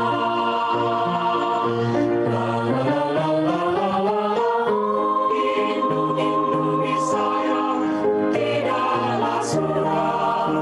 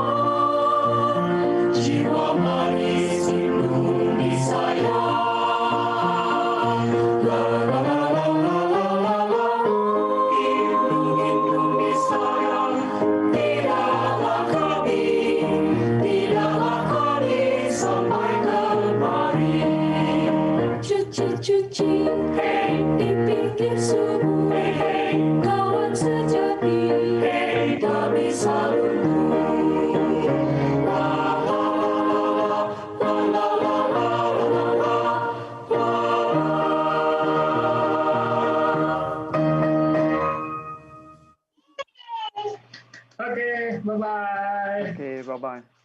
Bye-bye. Dr. Lin, Yola, and Thank you, team. team. Good work. This night you can Thank sleep you. Bye. 24-hour, yeah, Dr. Lin. Thank you. You make us great school. Thank you very much, Awadil. Thank you very much. May sleep, huh? Yeah, finally we can sleep, Doctor. Finally. Yes. Thank you very much, Pak Tor, Kang Ali. Thank you, Dr. Lin. Thank you, Dr. Jeff. Great leadership. Enjoy working with you. Yeah, I'm so you sorry. too. Very, very, very excellent MC. Thank you very much, Dr. Jeff. I'm so sorry, Doctor. I'm so sorry. No problem, no problem. Dr. Jeffrey, Okay. you It's okay. are Have a from good day to all.